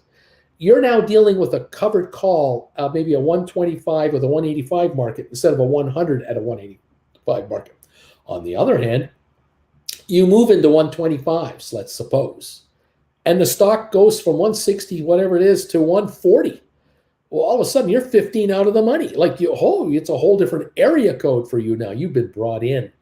That's what you want. And you'll find that if you can write your call at the 70 mark, and now you can buy a call back in the 30 mark, 35 mark, fine. You might do that. You might not. You might just go, no. It's not low enough for me. I'm only 15 in the money. I'll wait. This stock, the higher it goes, the more it's going to correct. It may not go back to 80. I don't think it's going to 80. But it may come down to 110 or 120 or 125 or 130. Well, if you guys are moving up into the 120, 130 neighborhood or better, you'll meet the stock kind of halfway. Good stuff. They'll still have a crazy premium on it, but you have time on your side, not against you. Right now, use the time as a weapon to get more money into your account. Now, some of you, if you're able to do a rollover, and you can move up $20, $25, $30 on premiums because you're writing further out, and you can bring in more cash. In other words, you can buy a contract back for 70, but sell one for 80. Do that too. You can do that too. Build your powder, build cash on hand, move up your strike price, and now you'll wait to see just what gives. Stock backs off a little bit. You may buy this call back that you just wrote and write another call that you might only get $5 less for, but it's at a timing and strike price you like. Well, you've got this dry powder over here, $10 you just generated, that you can utilize for your next rollover to execute the one you want to have. Okay? Always be writing. Nelson, I'm back. Nelson, you are back, and thank you for joining us. Wing Commander has an opinion on eToro. It's crap. It's obviously not Scottish. It must be crap. Nelson, happy Monday, Bagel family. Let's see. Live in Europe. You will need first trade if you want to write in Europe.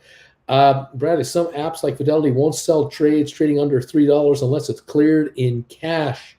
That might be it. I don't know. Let's see. What else is going on? Short call rollover. Always be looking for short call rollovers right now. True repairman. I rolled into May 20, 135 for GameStop last Friday. Alberto, April 14, 210s for 1040. Is this good? Writing for a 1040 for a $210 call, April 14th. Yeah, I like that trade. I do like that. We're at 164.50. The higher, the better, Alberto, of course. The higher the premium, the better, right? You might want to put a limit order in at, 1085 or 1090 or something like that. See if it comes to you. Little rally like this. I don't know. Looks good. The closest I could find it was a July 15, 115 strike that was close in premium. My buyback would be 65 to buyback. Premium I get for selling would be 62. H. Gregory, keep an eye on that 115 and keep an eye on the 20s and the 25s. They could be shifting quite a bit in premium here. Be mindful, because a 120 is a $43 book value contract now, and it should have some premium on there. A 120, yeah, well, a 120 would be 33 plus. Make sure the quote you're getting is live and not 15 minutes delayed. Also, just keep in mind on that. And also on the buyback, you're looking to buy back as low as possible to score the book value, right? You don't want to be paying $65 for a $63 contract unless you have to. Again, I'm not sure. I can't remember exactly which one you had. Was it 100 or whatever? It doesn't matter. 90. It's okay. 162.76 on the GameStop. Just watch the stock, because as we know right now, it's fluctuating by $2 either way right now. It's going 164, 160. It's really moving. Watch these prices and pick your moment, okay? Okay. Scully, 164.65. Fun. Took your advice and was rolled 110 April 8th to a 130 July plus 350 gain. Good stuff. That's good move. That's $2,000 a contract more to you on a assignment. Bradley, Infidelity, the price is under 3, so your cash has to be settled first. What else is going on? 164 says Scully. Yeah, we were. 162.58 now, though. These contracts, again, do not pay too much to buy back your call. Be a stink bidder on your buybacks, because you're the one with the cash. The sellers want to sell it best they can. You want to be the cheapest buyer on these calls. So don't be overbidding too much. Stay low. Watch the stock that backs off a buck. Back off your buy order. Back it up. Be patient on the buyback. This is an all-day project today. Let's see. Spire saying it is possible to buy stocks lower than 3 on eToro, but some of them had to be added, and eToro offers people to contact them so that they can add up more. Okay. There you go. Dow is only down 84 at the moment. Rocket Lab is down 4 cents to 792. We're down about, hang on a second, let me just refresh my page here. We're down 84 on the Dow, up 4 on S&P, up 98 on NASDAQ. Oil down 869 to 105.21. Okay, GameStop pullback has begun. 162.36. Keep an eye on your buybacks. Back off your bids. If this stock's backing off, back off your bids. There's no race to get them back, because you're not going to get the higher price on the sell. So you've got to be careful. When you get your buyback done, you've already targeted which contract you want to write. So get ready. Zed, good morning. Is there a reason why GameStop is climbing? No, just more hype. But we'll see how long it lasts. Dow is now down 101 again, a little more of a back off. The high on GameStop looked like 164.97. That's as good as we got. We're 160.62.77. So we're now about $2 from the high a few moments ago. All right. 163 now, again, 162. See if they need 163. We're jumping around. Okay, kids. Lots of work to do. This is what we do. What we got to do. Thank you all, and thank you all. Okay, excellent. Thank you so much for being here. There we go. We got folks popping in to say hi all over the place. Nice to see you folks. I'm glad you're here. Thank you for those of you who have been able to give us a thumbs up this morning already. Do appreciate these. We have 261 at last report are in the house. 261, 262 now on the thumbs ups. Keep them coming, folks. Thank you. Hit those thumbs ups for us, and that'll add momentum to this show. I thank you all so much for all of that. Okay. Moving on here to the markets. We are now down 115 on the Dow. We seem to be a little less now on S&P. Yep, we're down. We're only up 0.98, and we're up 72 on NASDAQ. So the markets are backing off a bit. Oil, 876 on the downside per barrel to 105.08 in Texas. So the oil is backing off. Rocket Lab down 7. SoFi 911 up a dime. GameStop 163.12 at the moment. AMC 22.34 up to 10. Matterport up 3 cents. ME up 1.2 pennies. Spire unchanged. ATIP up a penny. SmartRent up 13. Cyxtera up down 42 now. Pfizer up 33 cents to 53.10. 26-cent gain on Robinhood. Vanik down $1.64. Home Depot's turned positive plus 118. IBM still down 97. Microsoft holding a gain of 590 at 309.58. Writing 310s. are now in vogue for Microsoft. Apple down 80 cents to 173.94. Tried to break even, got there, but couldn't hold it, and we've backed up. There are issues at Apple at Shanghai. I don't think the market gets it. I don't think it understands the severity of this. Goldman down 3.15, Cisco down 3, Facebook down a quarter. Amazon up $32, Tesla up 53, Google down $1.38. We have mixed markets here on some of our faves. The FANGs are mixed. Some are winning, some are losing. The Dow down 92, Nasdaq defiantly up 68, S&P up 2 at the moment. 165.38 on GameStop. New high of the day on GameStop. 165.88 was just hit on GameStop, allowing those of you to write expensive contracts. That's what we're looking for. You can write 170s, 175s for the next week or 2 or 3 and taking some serious premiums. If you can get $15 on a contract, oh my gosh, plus 175, that's a 190 offering on assignment. I like that deal. That I find insanity, but it is reality. There are some serious premiums being offered on GameStop contracts. April 14's, tons of liquidity out there, at least $17 plus for a 170, 15 to 16 or more on 175s on GameStop. 180s are approaching close to 15 now. Amazing. Looking at 120s on this date, they're pouring out now $45, $46 for April 14. So let me move forward in time. Been talking about these Julys this morning. I just want to see what we're looking at now in Julys. There we go. Julys. Here we go. 120s are showing 61. 130s are showing 53.70, but I think I'm behind stock right now. 165.41. 150s are showing 45.65. 165s are showing $41 offerings. 170s are offered now $38. These are moving higher. Good morning, Jen. How are you? Nice to see you. Or is it?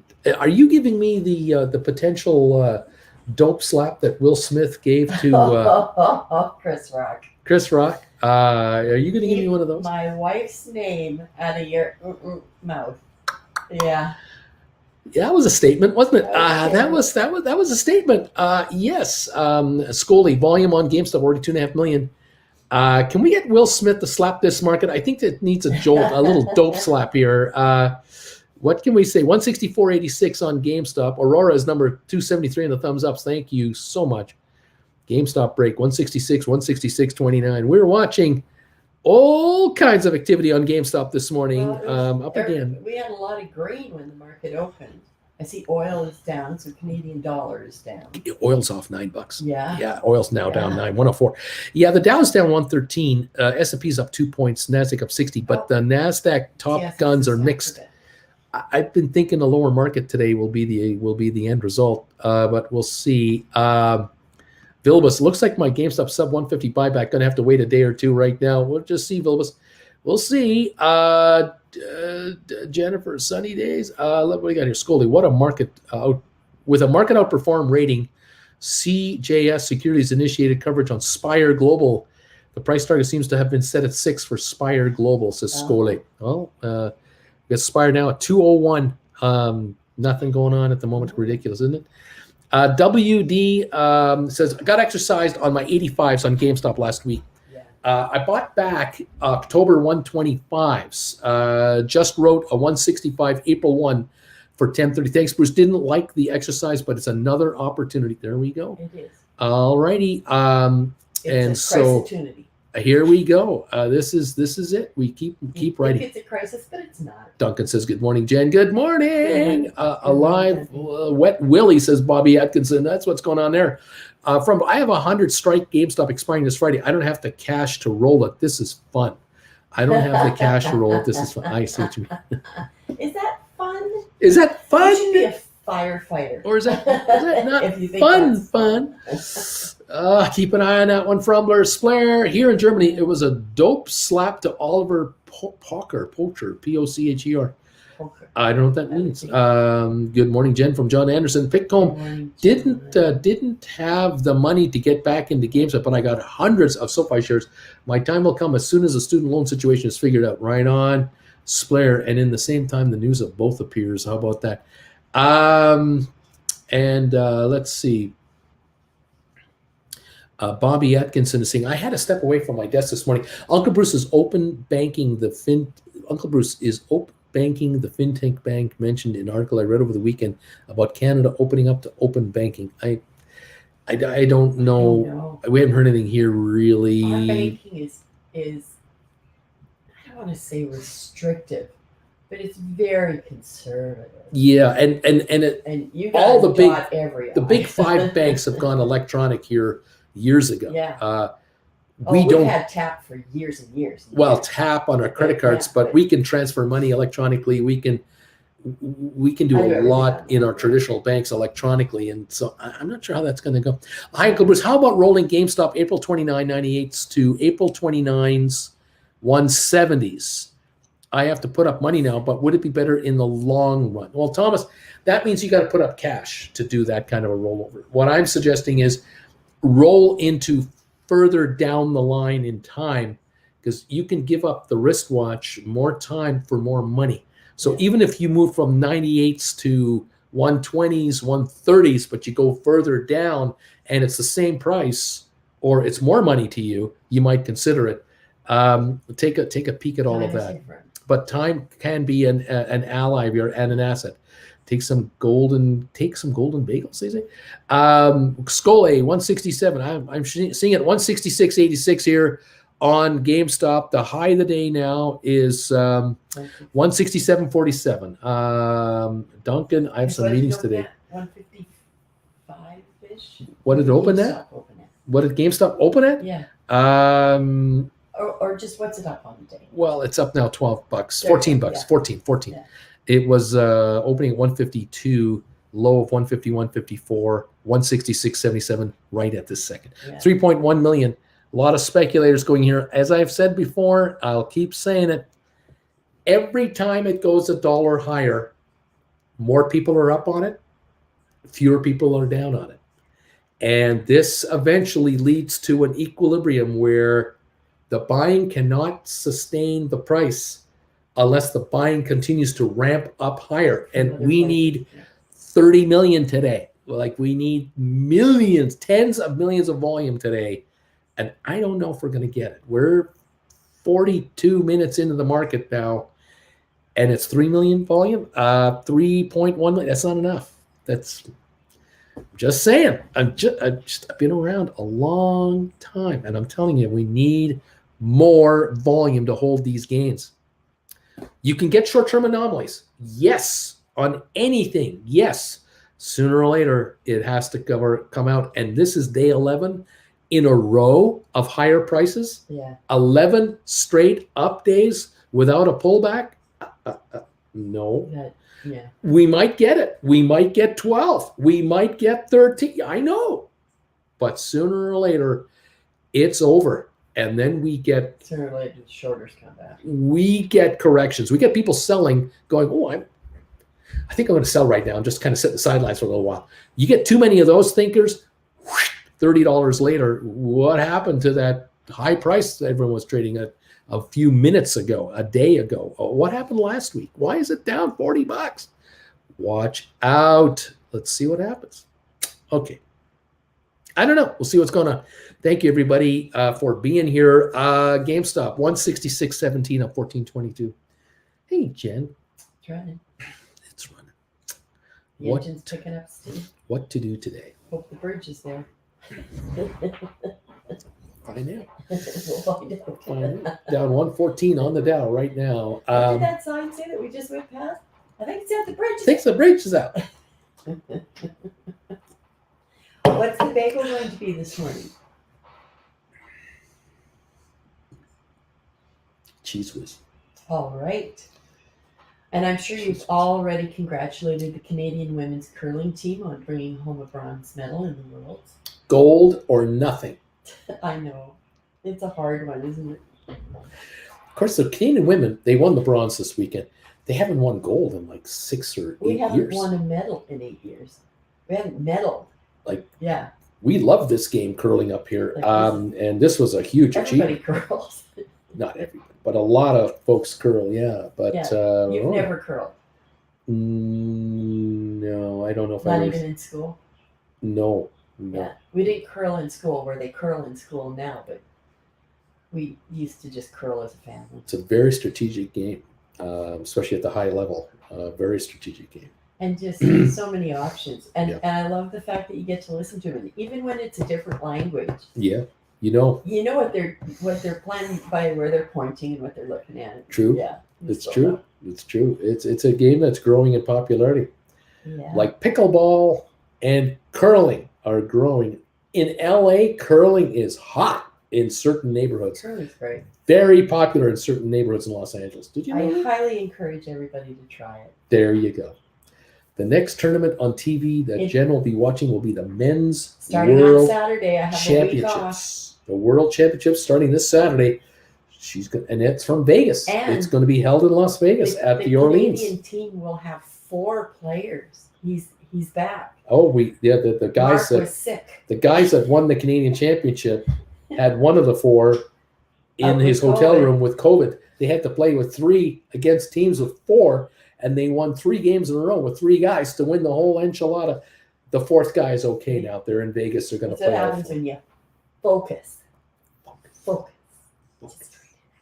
Zoom in. 166.56. Have you congratulated the Canadian men's soccer on getting into something for the first time ever? The World Cup. Okay, there you go. Canadian men are Canada is happy for the Canadian men's soccer team. The Canadian gals have been dominating World Cup soccer lately, and the Olympics. The gals have been doing really well. But the men's soccer team now are in the World Cup for the first time in 36 years. But other countries are in for the first time, including Italy, that's out. Italy is out? Oh my God, the world has changed. So is it a soccer field or a soccer pitch? I think they call it a pitch in the UK, and in North America we call it a field. I don't know. We generally don't care. We don't watch soccer. We really... The only soccer I watched was when our daughter was little, and the ball's a magnet that it always has like 12 kids surrounding it. The only soccer we've ever really watched in a high level is the Olympics when the gals are playing, or the Worlds. The Canadian gals are playing. We've watched that, but even then it's like, Well, and you talk to your relatives in Germany about the games sometimes when you're on. He's a big fan. Oh, my cousin in Dortmund is a huge fan of Germany. Of course. Like we're fans of hockey. Black of course. And gold, man. It's a black and gold. The Dortmund team, black and gold. That's the color of the Steelers. Jen likes that team. That's right. It's obviously got something going. Okay. You'll never stand alone. There you go. You'll never stand alone. There you go. That's their song. That's their song. Oh my God. Okay, let's see what's going on here. I've got to get going here. Let's go. Thank you everybody for being here. Yeah, Canada qualified. And yeah, we've just had 3.5 months of downturn with no upside. Is it that hard to believe GameStop can maintain these levels, or dare I say go higher? Exactly. I asked my wife if I could buy more SoFi. I was met with an instant no. Simpletons, I'll be back this afternoon trades, says Duncan. Lame duck, Pujols back in St. Louis. Duncan, GameStop only down 8.3% for the year. Nazareth, man, am I happy I'm out of writing calls for now. Nazareth, my GameStop cost base is 168. Man, this is exciting. The pitch says that, to be honest, I know zero about sports teams. Some of them I know by name, but that's it, says Splitter. Gotcha. Dow is down 94.5. Rocket Lab down 13. SoFi at 901, unchanged. GameStop 163.80, down up $11, but down from its high the day which has been 167.47 on GameStop today. We backed off just around $3.50 or so. So a share at the moment, maybe down $3. Okay. Let's go.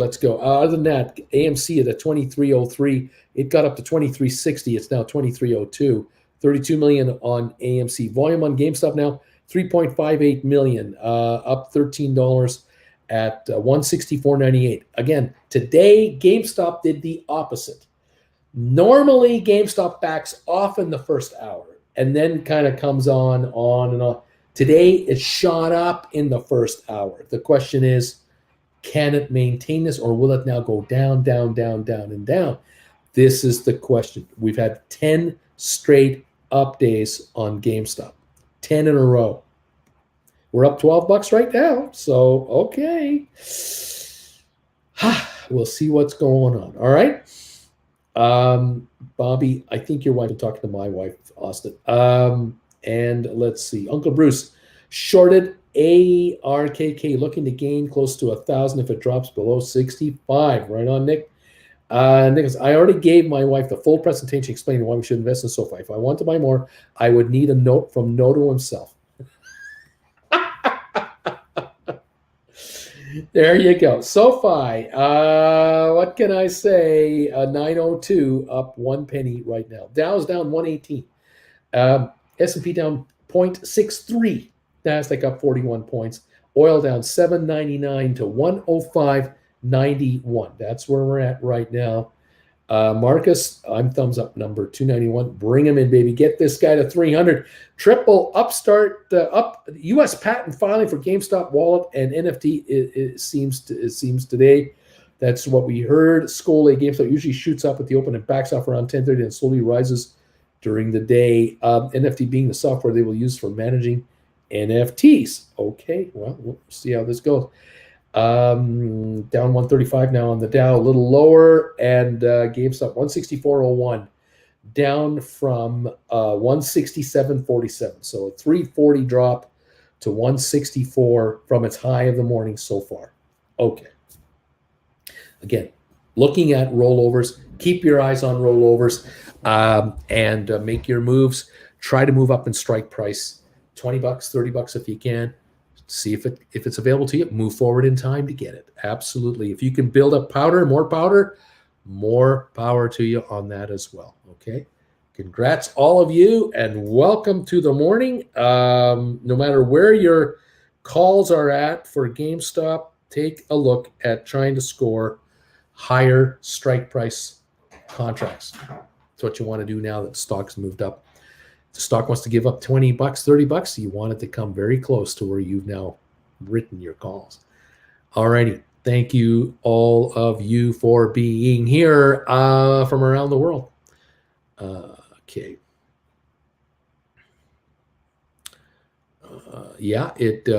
Free thinker Mick Jones. It could pull back.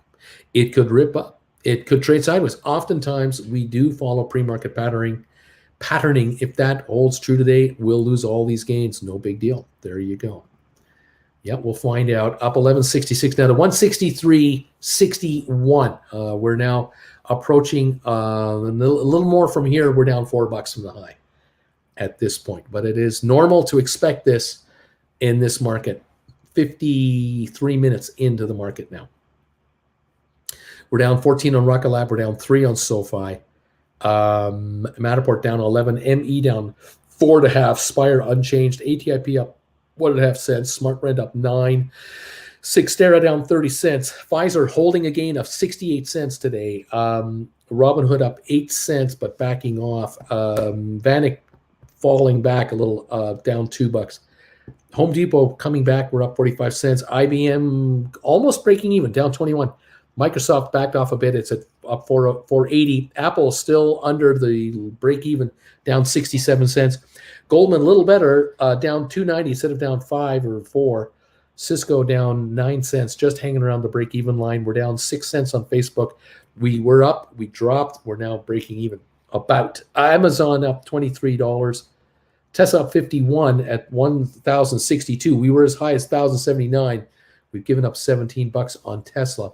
Google now down $11, dropping a little more. I think we're getting lower. I think we're going to go lower here a little bit from what I can sense in this market. Target is backing off down 132. JP Morgan is flat at down 255. Costco topped out. We're still up 133, but we're not as high as we were. Walmart seems to be holding 144.61 for its nearest high of the day at the moment on Walmart, up $1.19. Nvidia dropping. We're down 86 cents and falling back. Disney's dropping. eBay is dropping. Twitter's backing off. American Airlines down, dropping, but still up 15 cents. Netflix down 660. We're backing off. Moderna at 170.60, up 468. Alrighty, the market, the Dow down 112. GameStop 162.49, down almost $5 from the high of the morning. Okay. Christina is here. I wrote 2 190s and 1 200, all expiring for Friday. Should I try to roll higher for this Friday? No, don't even bother. Just sit right there and enjoy the ride. It's coming your way. It's working out for you. Free thinker, a lot of options expired way in the money last Friday. This could be a buying pressure to meet clearing requirements by T+2. That is the case by tomorrow. Could have a big rip, then maybe some profit taking. Cloaked Stonko Tracker has listed that GameStop has 0 shares available for hedge funds to borrow from any of the regular ETF funds. 0 shares available to borrow. 26.3% interest rate as of Friday. Mr. T, hi Uncle B. Is it a good idea to roll my April 22 100 to 20 January 23 150s? The prices are about equal. Yeah, geez. Can you do something in July? Maybe 140s instead of going all the way to January. Check out July's, Mr. T. See what you can do there. Austin, when you're feeling blue, look at the 1-year chart on SoFi and gaze at the $25 level back in November. Brings back great memories. Oh, yeah. And the $37 price of Matterport, that brings back great memories too. Oh, my God. GameStop, 162.25, down $5 and 45 cents. Now 162.02, dropping from the high, still up 10, but we were up 15 on GameStop. Backing off, SoFi 902 up a penny, 161 on GameStop. We're now down $6 from the high a few minutes ago. AMC at 23, up 276. The high was 23.60 on 35 million. We're backing up right now. Dow's down 123. S&P down 3.6, and Nasdaq's only up 23 points. So we're dropping at the moment. Let's see. Stonko Tracker says tracking borrowable. The only tracking borrowable is shares from interactive brokers. Scoley 161.36. Yep, 160.62. We're approaching a $7 drop on GameStop from its high this morning. At this point in time, this is to be expected. We should have lots of volatility now on GameStop. We should absolutely get it. Jen, thank you. Lots of volatility. Yeah, we're down 7 from the high in 20 minutes. Yeah, there you We're go. backing up 160.59 from 167. Thank you for this. You're welcome. This cheese whiz. Cheese whiz on a bagel. I got so much in my mind right now. Think about it. Can't squeeze it all in there. I'll squeeze this into my belly, though. We're down 120 on the Dow right now. Okay. Mm.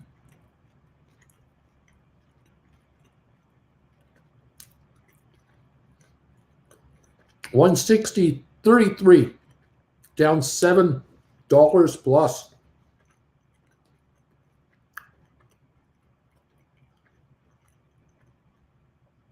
All right.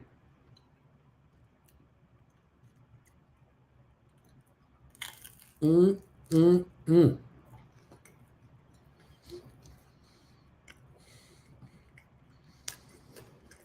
did you get the good cheese whiz from? Canada, here in Calgary. Absolutely.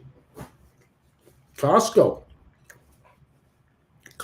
Calgary, cheese whiz. Bagel, bagel, bagel, bagel. Profit taking, not worried. Down 119 on the down. Only two stocks green are GameStop, AMC on my screen right now. ATIP is up 1.5 cents. Smart Rent up 4. Everything else is red. Pfizer still up 60 cents. 53.38. The high was 53.53. We're backing up a bit on Pfizer right now. Okay. 161.69 on GameStop.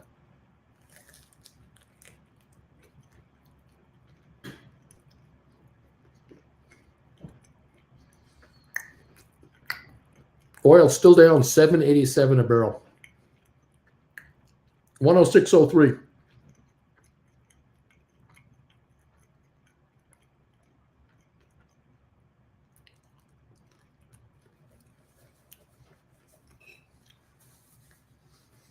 Keep your eye on those option chains for rollover opportunities where you can buy your calls back way cheaper to move into the next series of contracts.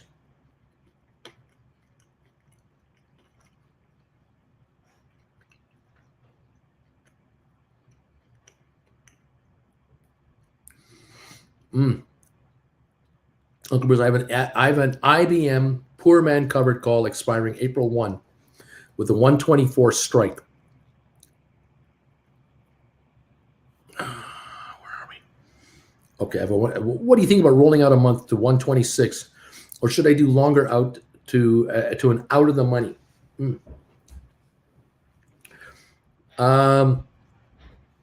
Definitely want to move to a higher strike if you can. If you can get, if you can at least get to 128,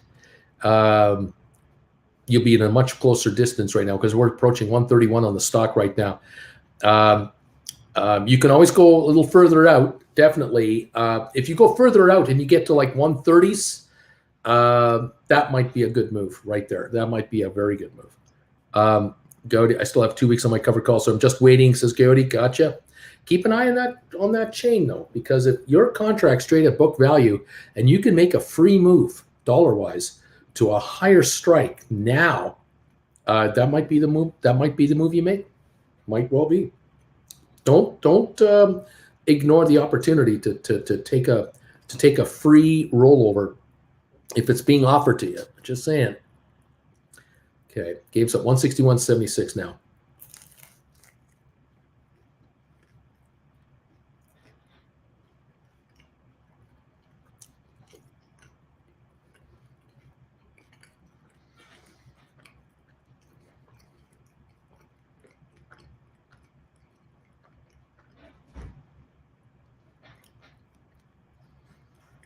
Down 103 on the down.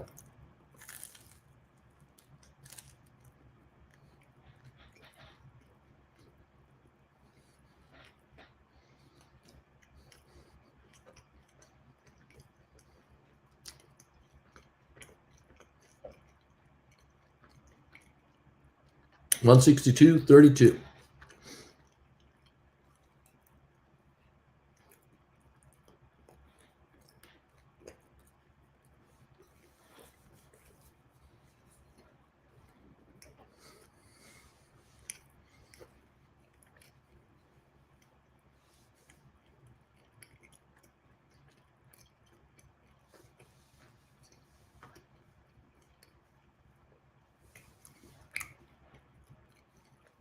GameStop just was over 162. It's now 161.38. 161.01. Just a little dip again. A lot of volatility in that on those GameStop shares right now. A lot of volatility. 161.01.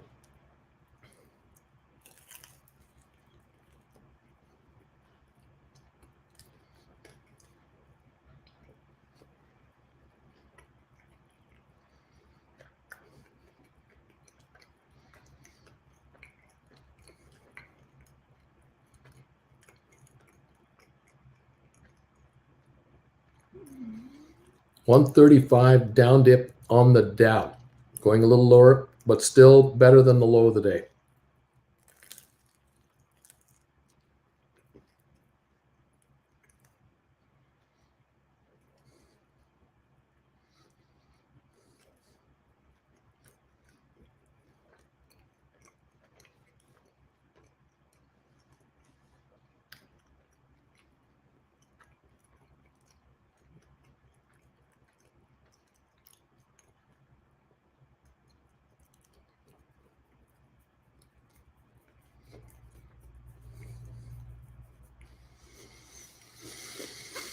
Mm.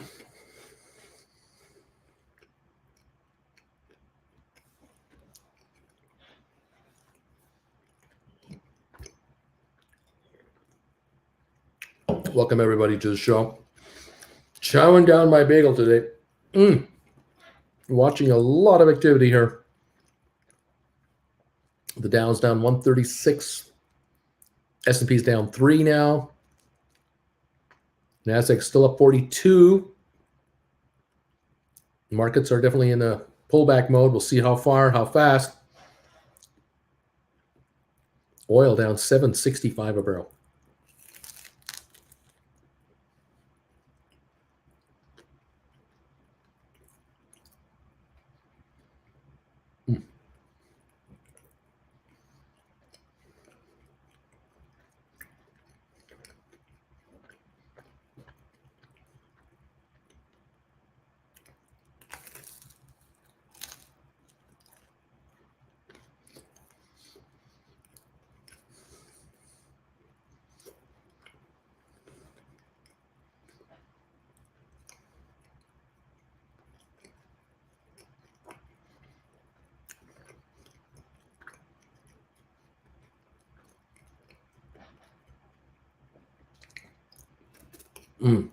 GameStop's trying to break 163, running into some resistance here at the 163 level. 127, 128 point drop on the Dow now.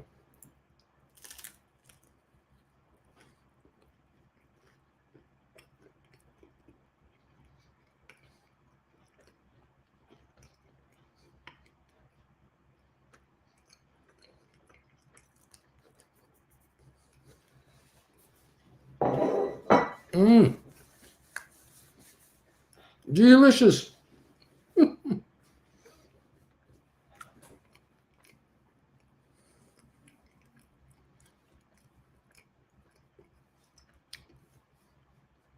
Dow backing up now. 141 on the downside. A little lower.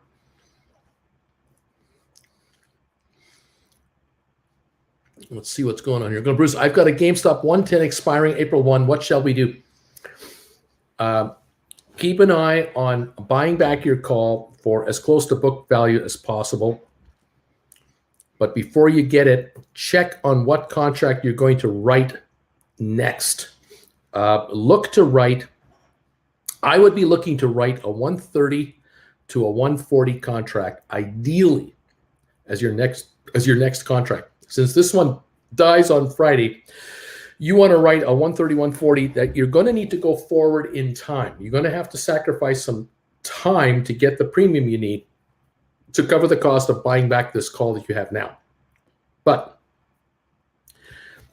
it'll be well worth your while if you can write a call at least $20 higher in strike price, if not 30, because that is $2,000 to $3,000 per contract more in your pocket if you get assigned. You just want to be on guard for that.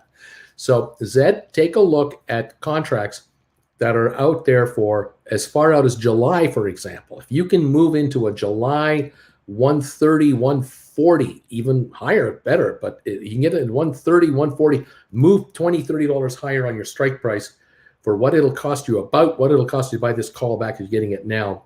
Good idea. The stock right now at 160, 182 puts your contract at 50, 182 book value, obviously, but it was 58, 57, $58 book value earlier. So it's come back a bit.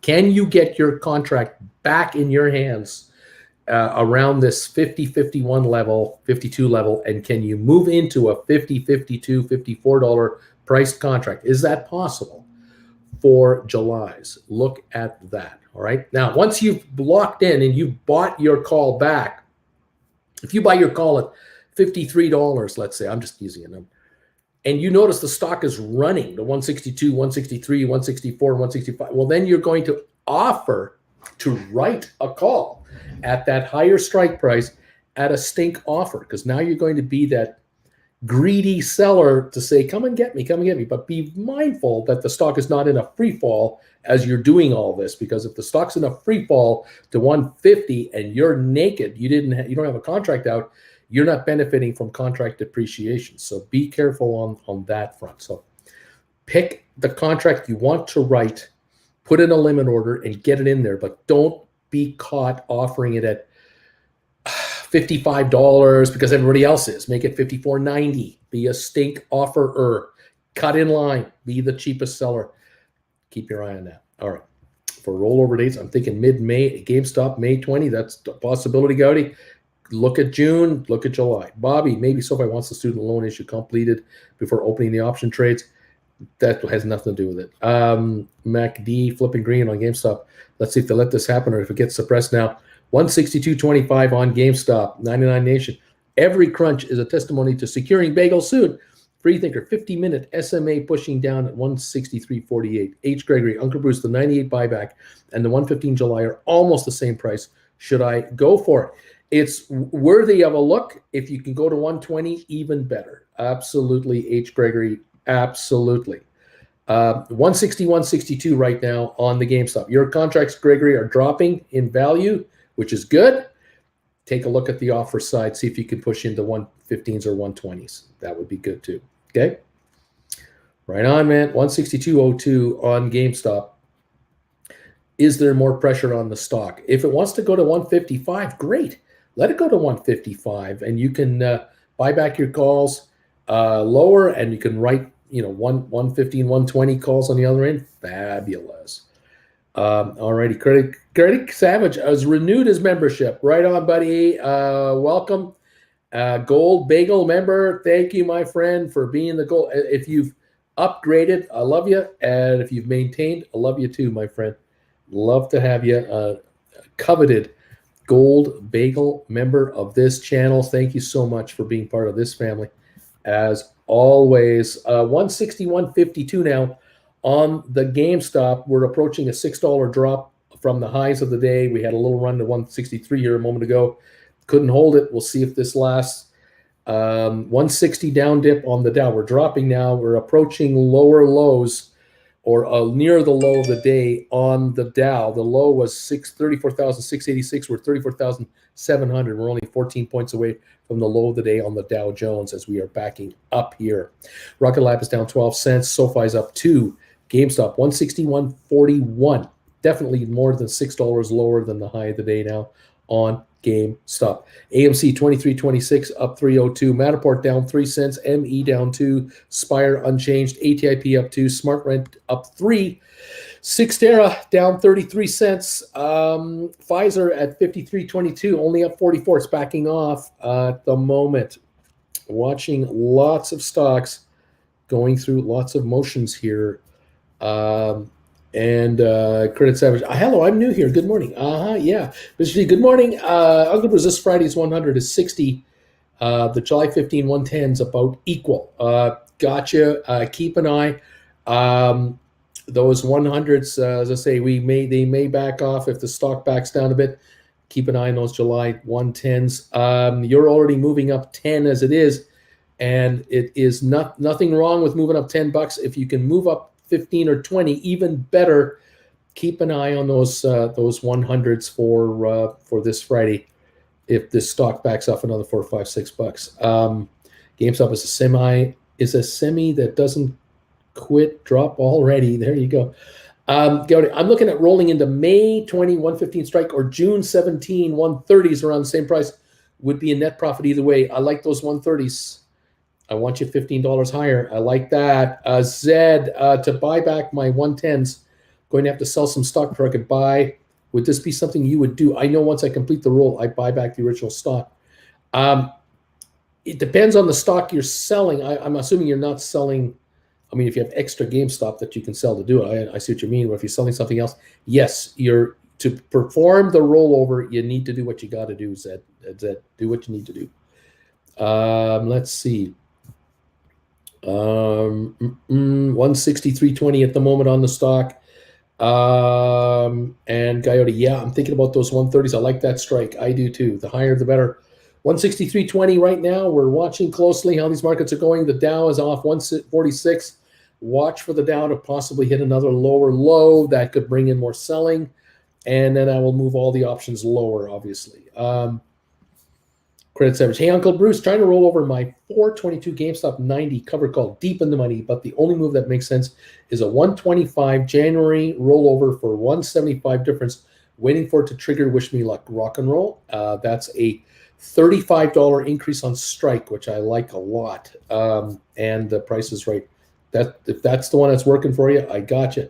Cody, I want to see if there's a regular 1:30 a.m. GME pop. Wavy Gravy, Zed. Yes, that's what I've done. Literally do what you got to do.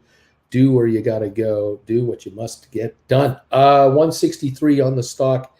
163.16 at the moment. Still off from the high. $4.30 from its highs. Okay. Now the Dow is down 139.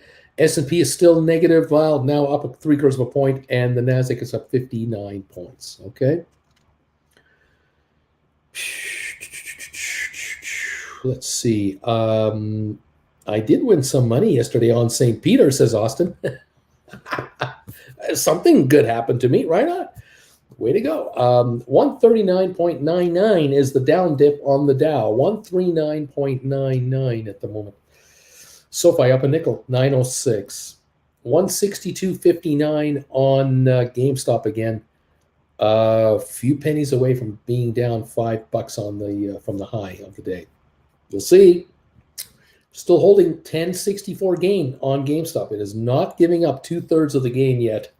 Holding around here at the moment. H. Gregory, Gowdy.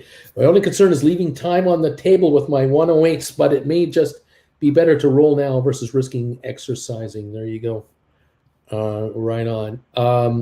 Zed, if I sell my SoFi to buy back my GameStop to roll, have I been short squeezed? If I sell my SoFi to buy back my GameStop to roll, have I been? No, you're fine. What are you doing on your GameStop covered calls? Bama, Rob. Bam is asking Rob. Scully, GameStop breaks 164 again. Yep, 164.16. We will jump. It is volatile. It will do this. That means you may pay a little more to buy back, but you might get a lot more on your sell. Keep that in mind on rollovers. Don't ignore closer in dates for rollovers that might be paying off because of these moves. The premiums are climbing on options for GameStop. Take advantage of higher premiums by riding into strength, okay? Lots to watch here, boy, I'll tell you that. Lots to watch here. Cheers to all of you from around the world. Having our caffeine-free cola. Oh, boy. 164.42. We're down about $3 from the high.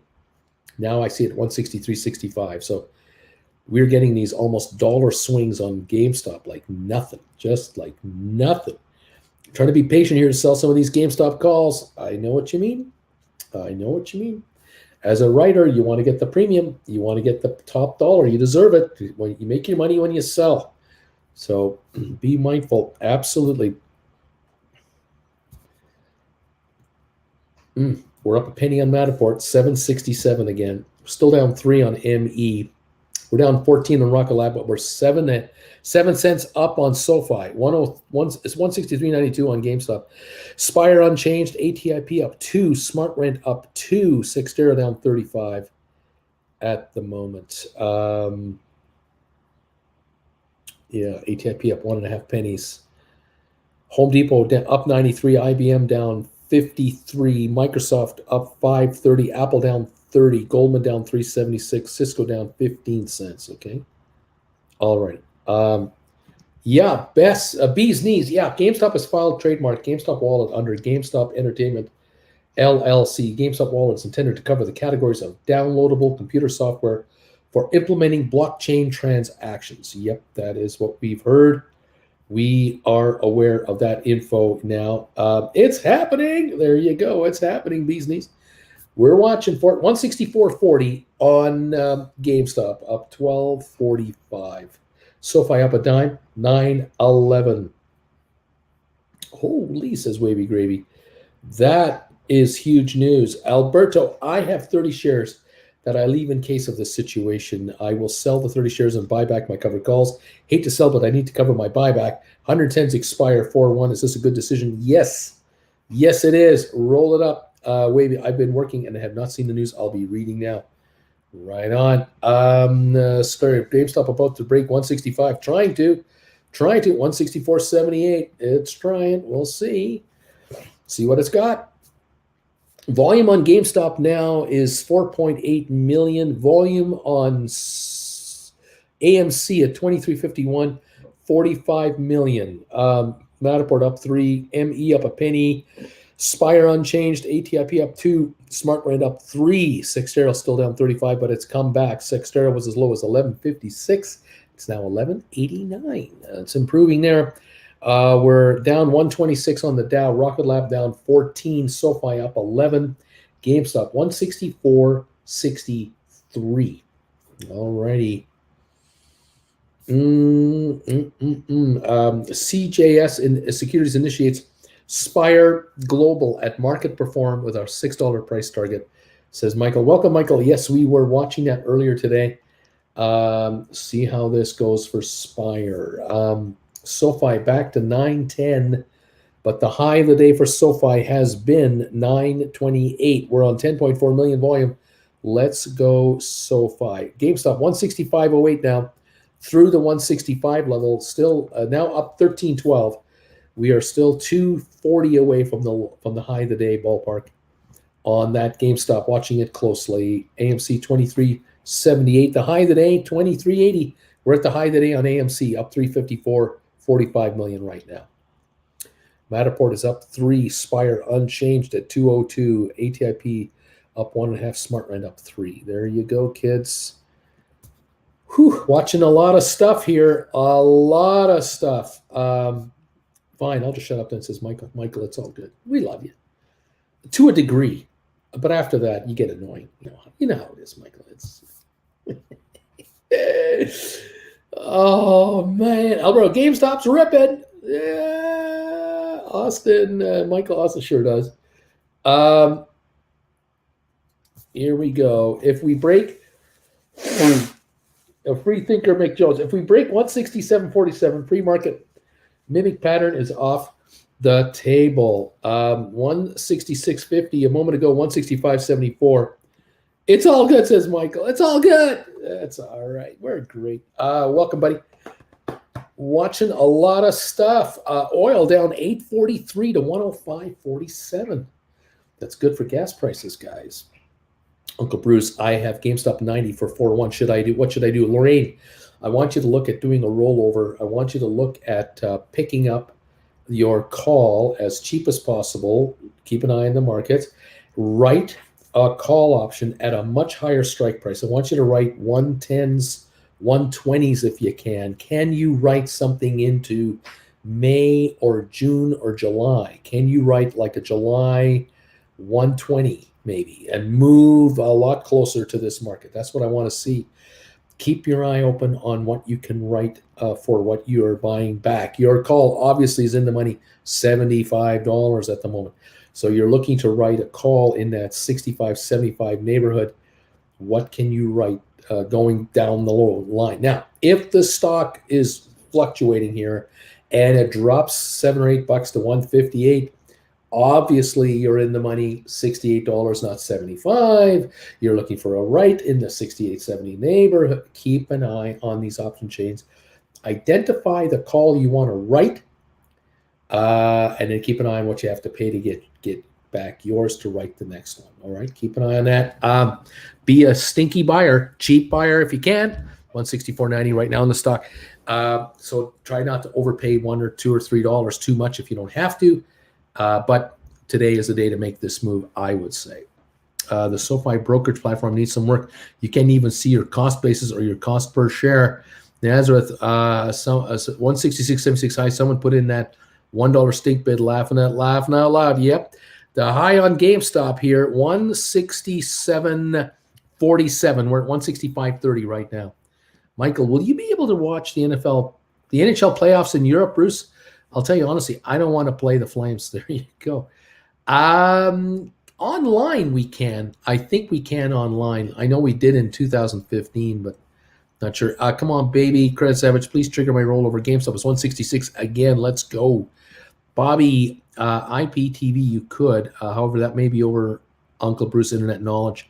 Probably is. Albert, the credit got mine in as well. Yuck. Hockey rink, Uncle Bruce. I'm getting the impression that you think that GameStop isn't sliding back to 110 anymore.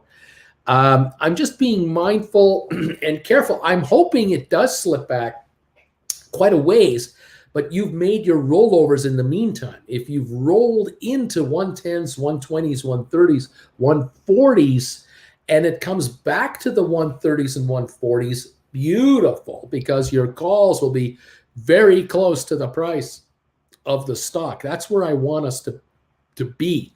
That brings in shrinkage on these contracts. So 90 is too far out. 95s, 100s too far away right now. We got to get closer. Okay, that's what we got to do. You can borrow my ESPN Plus account, says Michael.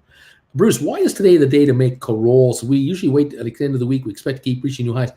The reason I'm mentioning rolls now is, especially those of you who are in the 90s and 95s and 100s, you're vulnerable to assignment, and you're too far in the money where you might be assigned tonight, tomorrow night. So I'd rather you make your move today, further down the line in time, closer to the market. We get any kind of a pullback on this market, which we will sooner or later, you're that much closer. If you're $30 closer to the action because of the move you made today, best move you can make. That's why I'm saying today might be the day to do this. Okay? Sooner rather than later. 164.50 on GameStop. We're just about $3 away from the high of the day at the moment. We've been trying to hit a new high. I don't know if we will or not. The Dow's down 122. It's stubbornly not recovering. S&P is up 5.6. Nasdaq's up 88. They are better, but the Dow is reluctantly moving higher. Oil down 8.80 a barrel, 105 a barrel right now. Okay. Thank you, everybody, for being here. Hope this makes sense to you. We're watching a lot of stuff going on here. Rocket Lab stubbornly down to 777, down 19 cents. Very frustrating down there. SoFi up 6 to 907. We got GameStop at now 163.07. AMC at 23.80. We got Matterport down a penny. ME down 1.5. Spire down 1 cent. ATIP up 1.5 cents. Smart Rent up 4, Sextera down 33. It's a frustrating day all around the line here. Some gains, some positive, some losses. Pfizer up 37 cents to 53.14 after hitting 53.53 today. It's been backing up. Robinhood up 15, Vanik down 123, Home Depot up $1.89, IBM is down 60, now down 56. Microsoft up 5.49. Apple is up 7 cents. This is the first time Apple's been able. Well, the second time it's been able to break the break-even line, not by much. There's bad news on there on Apple about the Shanghai plant and the city shutdown, the COVID problems in China, the lack of clear information that we never get from China. We only get their spin on everything. So I don't know. Let's see what else is going on. Let's see. We got tons happening here. 164.17 now on the GameStop. AMC approaching 24. 23.97. Touched 24 already on 49 million. That AMC is perfect to write calls against now, especially 25s for this Friday, next Friday, the Friday after that. You might be able to get some real good premiums on AMC right now. 164.32. We're down $4.15 from the high of the day. $3.15 from the high of the day, pardon me, so far on the GameStop. The volume now is 5.18 million on the day. I think we're setting up for about a 12 million share day the way it looks at the moment, unless it really picks up later. 164.40 now on GameStop. The Dow is down 115.9. S&P's up 6.5. NASDAQ up 94. Mixed markets. We'll see what's going on. Alrighty. Lots going on here. Triple Dog Dare. Okay, Uncle Bruce, how's this move? I got $1,400 when I wrote $5 $20 strike price. I wrote no. I wrote May the 20th, $100 contracts. Can I roll into a 120 covered call, strike 140 for a net debit of 700? What do you think of that? So I received 1,400 when I wrote the April 20th, the May 20th for 100. Now I can go into 140s, and it only cost me 700 on my 1,400. Yeah, that's a move. That's a definitely that's a $4,000 increase in your assignment value for a cost of $700. Yes, do that. What's cooking, Wendy? Uncle Bruce, I wrote GameStop 115 is expiring April 29. Should I roll? If you can, Wendy, if you can buy back your 115s very, very close to book value plus $1 or $2, just barely, but you can now roll into maybe a May, a June, or July contract that is 125 or 130 maybe. Can you pull off a much higher strike price for about as much as it's going to cost you to buy this April 29? I would look into that. Yes, I would. All right. Coyote rolled my 108s into 130s for June. I made a little profit. I moved to strikes $22. Gives me breathing room. I feel good about it, and I'm proud of you, Coyote. That is beautifully done. Like I said, if tomorrow we have a pullback because of profit taking, and the stock goes to 140, you're now sitting on 130s, and the stock's at 140. You're only 10 out, right? You were, way further out. You're almost $60 out. Now you're only 10 out. This is moving. This is making it work. I like it. H. Gregory likes this move too, Goody. Well done. All of you look into these possibilities immediately is what I recommend. 163.96 on GameStop. We want to be moving up on strike now. SoFi 910 up 9 cents. Dow's down 127 again. A little lower. We're up 8 on Matterport. 774 up 9 on SoFi. Come on, stocks. Give us some movement here, and let's get these rollovers happening for my viewers. This is what we want to have happen right here, right now. We got to do today's rollover day, a little earlier than usual for this week, even next week, the week after. If you have contracts expiring throughout all of April, and you're able now to roll into much higher strike price May, June, July's, I'm telling you to look into this right now. Check those option chains and shop around for a contract that moves you higher. Because even if you have to pay $500 in cash to move $20 higher in strike price, you're moving up $2,000 per contract on an assignment if you get bought out for only a $500 cash cost. That's a good move. All right. Coyote, thanks, Uncle Bruce, for all your guidance. Months ago, I would have been panicking through all of this. Now, during big runs, I just stare at my screen like, I love this feeling. I figured it out.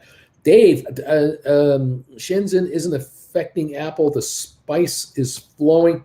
Sinjin, looks like it's rollovers with Uncle Bruce today. Beach Boy, hi, Uncle Bruce. I rolled over 12 into July 15s. Right on, buddy. 12 down. Keep it going, buddy. You're working it. I love it.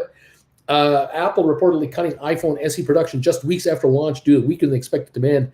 That's what we're hearing. That's what I'm hearing about this too. Scully, GameStop 162. It's 162.29. Good stuff.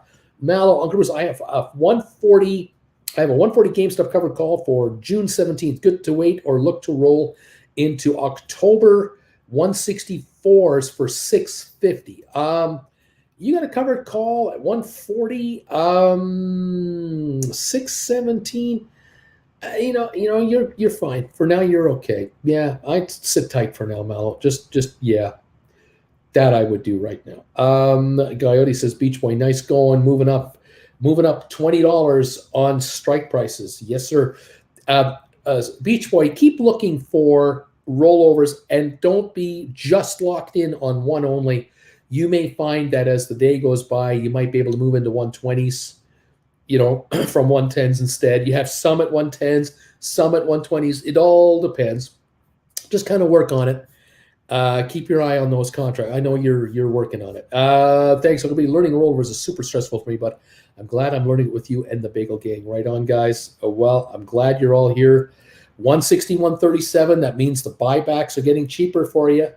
Every dollar you back off on what you're prepared to pay for these calls to get them back, and then take a look at what you can get for them. Keep an eye. Keep an eye. Keep an eye.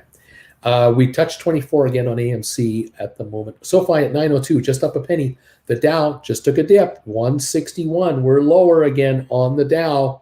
We're backing off again on the Dow Jones. The low of the day is 34,672. We're at 34,701. We're only 28, 29 points away from the low of the day on the Dow. So we're going to keep an eye on that overall vibe. S&P just went negative. It was up 5 points a few minutes ago. It's now down 1.3. The NASDAQ was up 90. It's only up 50. We're backing up here on some of these stocks. 161.61 on GameStop. Your GameStop is backing off. Keep an eye on these moves, okay? Just keep an eye. Okay, go to Uncle Bruce. Question. As a cover call writer, should you be frequently checking the option chain for positive rollover opportunities, even if you are still at the money, out of the money? I've not really considered that.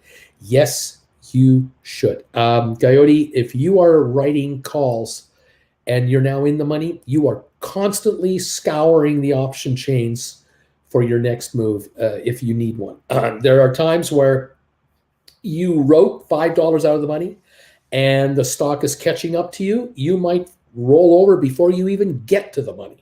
There are times where you're 5 in the money and now you really should be looking to roll 10 in the money, 15 in the money.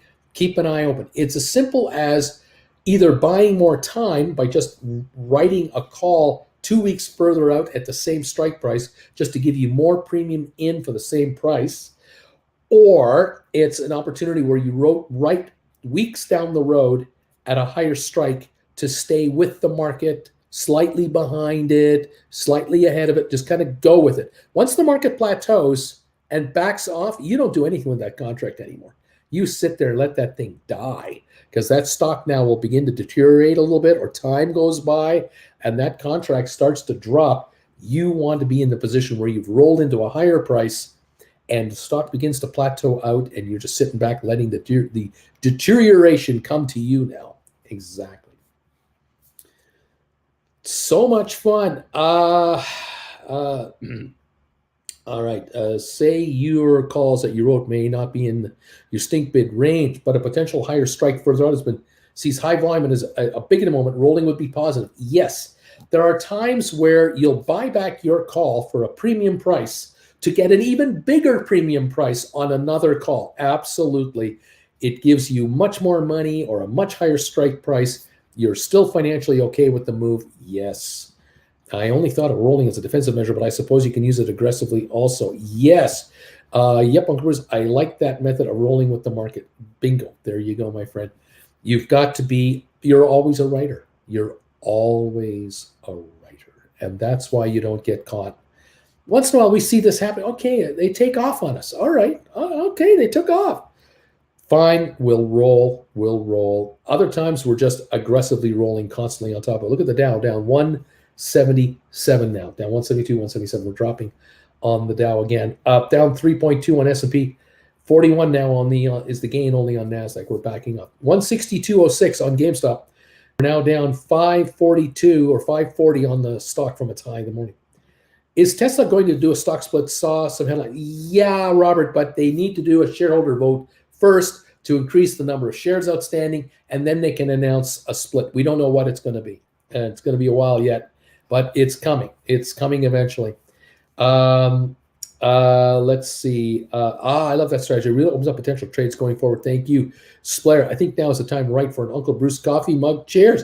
Bobby, 5-1. Robert, it's what I talked about earlier this morning. Again, we talked.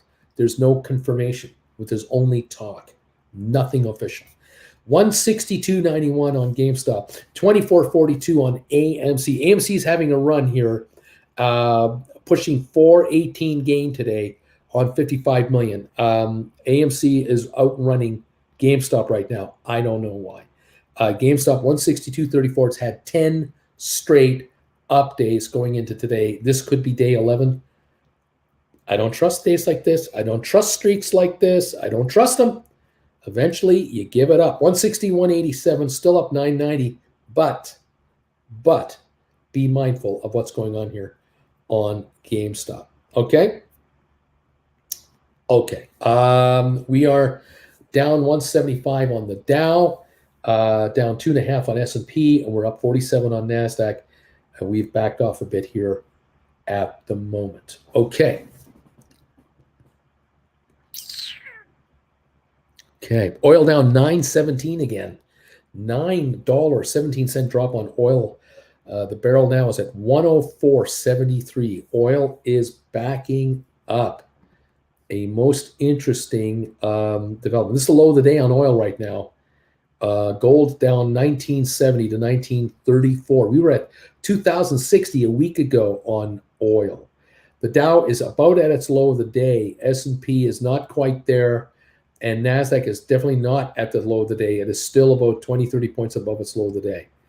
But the Dow, now down 180, is at its low of the day right now. 162.64 GameStop, up 1070, and AMC at 24.38. Okay.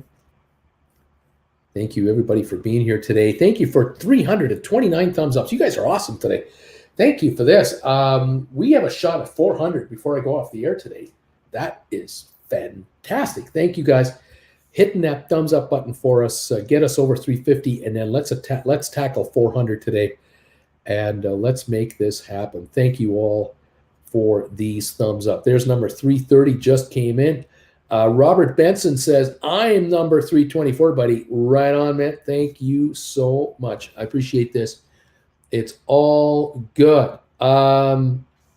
Bee's knees. I am day trading mostly AMC so far today, so I'm okay with it. Coyote Beach Boy. Yeah, man. I am just now really realizing it can be used as another tool in the writer's toolbox. Really interesting. I'm going to be more active after writing now, looking for those chances. Coyote, that's the stuff I love about this. Gets my brain working.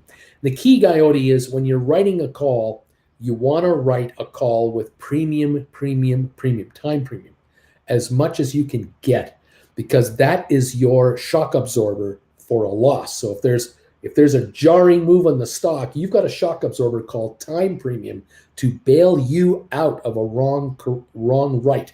So if you're getting book value of $20 and another $10 of time value, you have a $10 cushion that you know will evaporate as the days go by. So yeah, time with expiry and premium. Watch those rollovers. 163.59. We are really jumping around here, and you better expect $1 and $2 moves on GameStop constantly. You should just get used to it now. We are really getting a lot of gambling going on here, a lot of speculation as to what's happening at the moment. Number 337 thumbs ups. Thank you, Chase. Thank you. 24.63 on AMC, getting kind of expensive, getting kind of silly. But hey, $25 call options are the ones to write for sure. There you go. 906 on SoFi, up a nickel. The Dow down 172 at the moment, with the S&P off and the NASDAQ at 60-point gain. We'll see how this plays itself out. There's a lot of volatility everywhere right now. On interest rates, let me see if I have anything new here. On the 10-year note, we're at 2.43, near the low of the day. We were at 2.54, almost 2.55 earlier today. We've really backed off on interest rates. We've had a couple of dead cat bounces, and we've backed off more. Interesting what's happening on interest rates. On foreign currency, I'm noticing that the euro is still under 110 at 109.72, and the British pound is dropping now to 1.3089, under 131 on the sterling, and it is back up, making vacations cheaper in Europe. Yay! That's good stuff. We'll see how that plays out. Anyway, there you go, kids. Tons of funds right here, right now. GameStop 164.49 right now. 164.74. The gravity has arrived, says 99 Nation. Cindy, should I sell my $15 July SoFi contracts that I bought back in July? I'm 85% off. I really thought SoFi would do better. Blow them away. Take your dough, and just sit on the stock, Cindy, and see what the stock can do for us. If you take that money and throw it in some stock, fair enough. Buy the stock at 9.10. Better move. Definitely a better move. Yeah, you're too far out to get any help at this point. It's just pointless right now. The stock's got to show us some real power moves here. If it's not going to give it to us, take the money off the table, what you can get for it, move on. Don't know if there's much to it, but if they're worth less than 10 cents, then leave them alone. There's no point, but otherwise, do what you got to do. Coyote, sell calls, buy stock, become a writer. There you go. Well, on SoFi, 9.11 right now, writing 15s won't get you any money because you see what they're going for, even writing further out. But I don't know about the SoFi. Writing 12.50s, writing 12s for a month or two. I don't know if you can even get $1 for them. I really don't know if it's worth your while. But if you use the money to buy more stock, I like the idea. Let's see. Here we go, Gowdy. Let the people buy those calls off of you. Just be the writer instead of the buyer. There you go. GameStop 164.32. We're about $3 below the high of the day at the moment. That's where we're at right now. SoFi at 909. Matterport up 7 to 773, and the Dow is off 155 right now. Okay. Let's go. Gowdy saying, I wrote some 15s. I bought back last Friday, sold for 69 each. Bought back at 11, made a nice few $100. And now I'm writing 99 Nation. SoFi will pop eventually. It is resisting 9 like the hydrophobic. I'm not sure what that means, but it's resisting 9. 9.11 on SoFi right now. There you go. Thank you all for being here. Rocket Lab still down 14 cents, and Matterport up 8. ME down a half a penny. Spire down a half a penny. ATIP is up barely a penny. Smart right up 3. Cyxtera down 29 cents at 11.95 after hitting 11.55 this morning. So it's come back 40 cents. Pfizer 53.14 after topping out at 53.53 on the day for Pfizer. There we are. 151 Dow drop at the moment, and GameStop 164.90. Okay. SoFi will for sure make a comeback. I believe that. Credit Savage, darn it, this roll is just not triggering. Come on, I need coffee. There you go. 99 is hydrophobic water resistance. Can't rain on SoFi's $9 SP. Okay. All righty. We'll go with that. If you say so. Thank you all for being here today and joining me. This is the second show of my day. I did the trading alert this morning for all the Gold Bagel members. Now I'm doing this show. I'll be back at 3 o'clock for the final show of the day on this channel. Then I'll be on the air tonight at 7 o'clock Eastern Time and 8 o'clock Eastern Time on Traveling with Bruce. 5 shows today from yours truly as we stay on top of the trading market, stock market, and the travel business. Got lots going on here. Tons to watch for. 163.83 on GameStop. Will it break under 160? Will it go higher than where it's at now or hang around here? I'm betting that if you can do rollovers today and roll into higher strike contracts, any kind of a pullback will bring this stock much closer to you and your options, which is where you want to be. So I'd be looking at rolling over if you can. That's what we've been talking about here all morning on this show, looking to do rollovers, and hopefully you'll be able to pull them all off. Right on, guys. Lots to watch for. 155-point drop on the Dow, trying to drop. Look, that was down 165 a little bit ago as well. We got a bit of action here. We'll see what this market is going to bring us as we are watching a lot of things simultaneously. All thank you all so much for being around with us. Appreciate your following this channel. There we go. 164.89 on GameStop. 164.44. There you go. $3 lower than the high of the day. All right. Whew. tons happening here. My gosh. Yep, Dow's now down 164, backing up again. Oil down 819 to 105.71. Okay. Alrighty.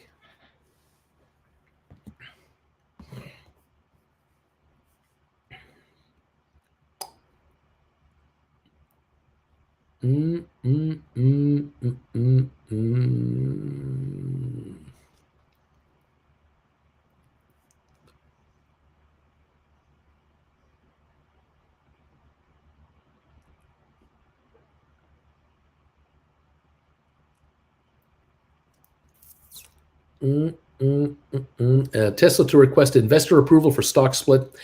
They didn't specify when the stock split would take place or what the ratio of shares would be. Elon Musk tests positive for COVID-19, and at the moment, Tesla pauses production in Shanghai. COVID-19. See how all that works out. Time will tell. Okay.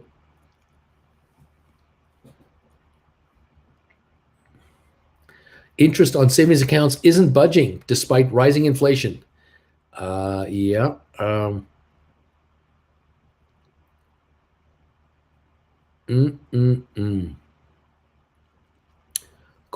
lockdown marks another potential setback for China's export machine, reigniting concerns over the risk of renewed disruption to global supply chains, pummeled by the pandemic and the war in Ukraine as Shanghai deals with COVID-19.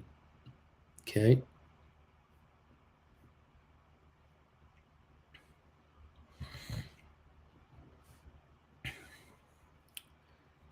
Okay.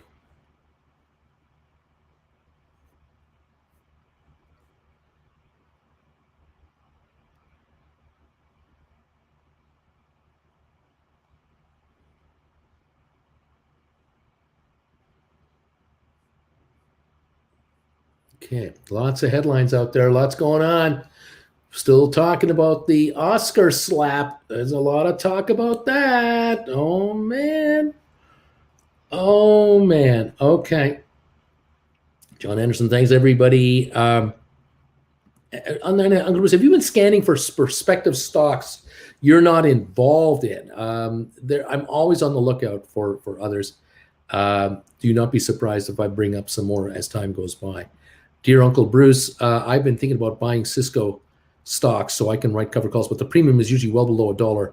What am I missing? Well, the stock isn't a $300 company. It's not a $200 company. It's not a $150. It's a $50 stock, ballpark, 55, something like that. So if you're going to bring in $1 on a premium on a $50 stock, that's a 2% return.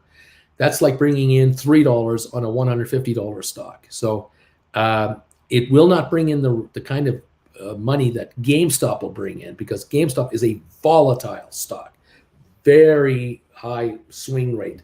Cisco isn't quite the same. But what you could do, DJ, is to improve your return on your capital.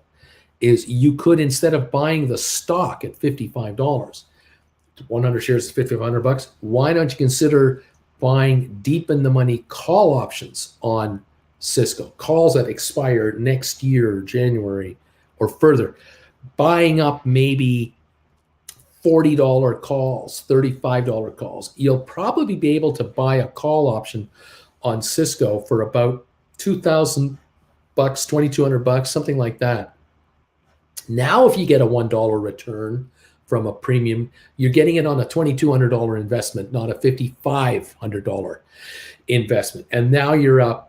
You're looking at a 4%, 4.5% yield return, and that's starting to get into GameStop territory. So if you can write a call option for, say, 2 weeks out, 3 weeks out on Cisco, and bring in $1 for a $2,200 investment, you're making and that contract expires because it's out of the money a few bucks. If it expires worthless, or you're buying it back for like a dime or something like that, sell it for $1.10, buy it for a dime. You're making $1 on a contract instead of $1 on 100 shares. And in effect, if you have $5,500 handy, to buy stock, you've got enough money to buy at least 2 calls. You can buy 2 of those $2,200 calls, or if you have $6,000 lying around, 6,600, you can buy 3 deep in the money calls and now write 3 $1 contracts at a time. So now you're bringing in $300 when you write calls instead of $100 when you write a call. And it's the same ratio, but it's a higher yield to you. So look into that as a possibility. Bobby, even if the student loan thing gets settled, I don't see a positive for SoFi stock. Second quarter being profitable does sound like a positive. Well, Bobby, again, we don't know about the student loan thing. There's a lot of speculation about it. There's people upset about it, people happy about it, those who don't care about it. But at the end of the day, if the government of the United States is going to forgive loans, portions of loans, SoFi is going to get a huge cash injection because of that, because the money goes from the taxpayers of the United States of America to the bankers that are owed this money. The bankers don't lose, they get the capital. If SoFi hauls in $500 million, I'm just throwing a number out there, I don't know what it is, but if they got $500 million of cash from the US government because loan balances have to be adjusted downward, they can take that money and lend it anywhere they want. I like the idea. I like it. Who watches the Oscars? Old ladies. I hope Uncle Bruce scopes out MMAT and its counterpart, dividend MMTLP. Very unusual situation. I'd love Bruce's take on MMMT. Let me write some of these down here because MMAT, I will certainly forget this. There we go. Bee's Knees is the one who suggested this. All right. Coyote, at this point, I have time. Every week, I will buy more SoFi. Too much upside. Austin, I'd rather buy SoFi and lose money than watch the Oscars. Munimo, looking forward to purchasing your first video this Thursday and putting my SoFi to work. Right on. 99 Nation videos. The loans for SoFi are largely predatory, and even Noto admitted the loans aren't realistic metrics. SoFi share price will rocket because of Bitcoin. It's a money laundering explosion out there. 99 Nation, count on their bank charter instead of indebted students. There you go. Awesome. I can pretty much guarantee you the student loans will be pushed back again. Bobby, that 99. Chris Evers, you rollover triggered. Rodrigo, thoughts on SoFi $5 calls for December 2023 to write poor man covered calls. What do you think about that? $5 calls on SoFi to write poor man covered calls on SoFi. So those fives will be for something, $4.50, $5 each. And if you're writing like $12 covered calls against those, maybe you can bring in $1. It might be an okay move. I don't know. Uncle Bruce, I just bought back that 110 at $54. Right on, Zed. Got the 110 at 54. Good buy. That's a good buy. 165.34. Now you're looking to write a contract for 50 and higher if you can. High up you can get on your strike price between now and July 15 is where I'd be targeting. Let me know how you do, Zed. Keep an eye open for that. Right on, buddy. If you got a stink bid on that call, I'm a happy guy. 165.96 on the stock. The higher it goes now, the better for Zed, because Zed wants to write a call. He's writing an in-the-money call. Theoretically, he's got to replace the one he just bought back. But if he can write an in-the-money call for further down the road at a higher strike price and get himself way closer to the market, 167.99. We're at the high of the day. Zed, your timing is perfect. Your timing is brilliant. The stock's at the high of the day, 168.56. Keep an eye open, Zed, for your best contract. Don't be in a hurry to write yet. Interesting stuff. Wavy gravy time for lunchtime retail pop, he says. 168.58 on GameStop right now, near the high of the day at this moment is what we have going on here. 168.88. This is a new high right now on GameStop. Folks, we got lots going on here. 168, 169.03. Zed, keep an eye open for 130s, 140s, maybe higher. Let this stock keep going. 169.03 right now, 169.25. Another high of the day right now.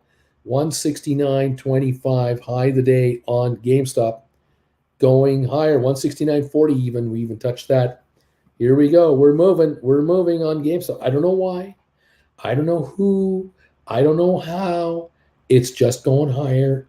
Thanks for the explanation, Algebras. You got it, DJ. You got it. Coyote 11.30 bump like always. 169.11. We touched 169.40 here. Very interesting. Neat. Same thing, Beach Boy. If you've covered calls and you can write new calls, start moving up those offers, buddy.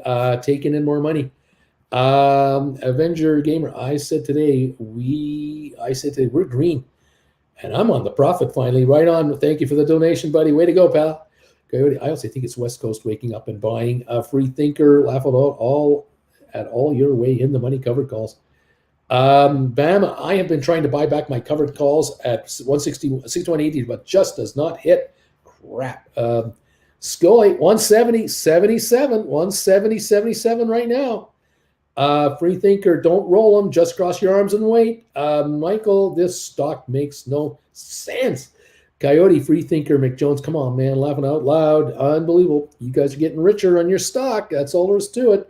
170.59 last trade. The high of the day, 170.99 now on the morning. Up $18 on GameStop. I don't know why. I can't give you an answer. I cannot tell you why. I'm just only able to report that it is doing what it is doing. Wow, AMC is up 30%, says my next pair. Frumber, I need to sell all my SoFi to afford to roll my GameStop call. Probably my only choice. I hear you. Do what you got to do. You got to do it. Because if you can roll your stock higher at no cost, that every $10 higher on these contracts, $1,000 more to you. $30 move, $3,000. That buys a lot of SoFi. Think about that. 171 was the high. 171.23, says Scully. Free thinker, one of my classic accidental ticker typos. 171.73. We are running it. 171.56, I'm showing. Coyote, from some brokers have to roll feature that will only cost you or pay you the difference. Can you try that? But you got to be careful with market trades. You might lose $2 or $3 a contract on a rollover. That doesn't pay. Then you got to be able to buy back and then set the price on the sell side. Look at Zed Estate. If Zed was able to buy at 54, and he's now looking at doing his rollover, he is now writing a call $7 higher than where the stock was trading at a few minutes ago, and that brings him theoretically $7 more in cash for the contract he was thinking of writing. Or he can step up another $10 on a strike price and move up $1,000 more in value on that. DQ rolled GameStop April 110s to July 15 140s. Yeah, right on. $30 closer, $3,000 closer, more to you. That's what we want to see. DQ, well done. Keep an eye. Always keep an eye. 170.50, 170.27 seems to be where we are right now on GameStop. And there we are. We're down 187 on the Dow. It's down 191.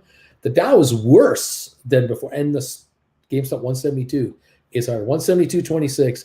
Another high. I can't account for taste. I can't help you. AMC up to $26. I can't justify that, but it is. It is. And that's what you got to accept. I'd rather buy back, but I know that if you don't have the cash available, he can't make the first buyback to right again. But with a roll, he can.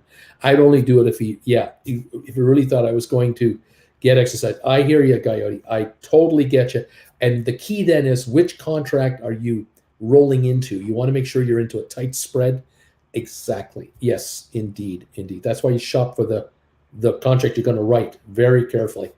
Yes, sir. 172.22, the high of 172.93, 172.75 I just saw again, 173 the new high of the day.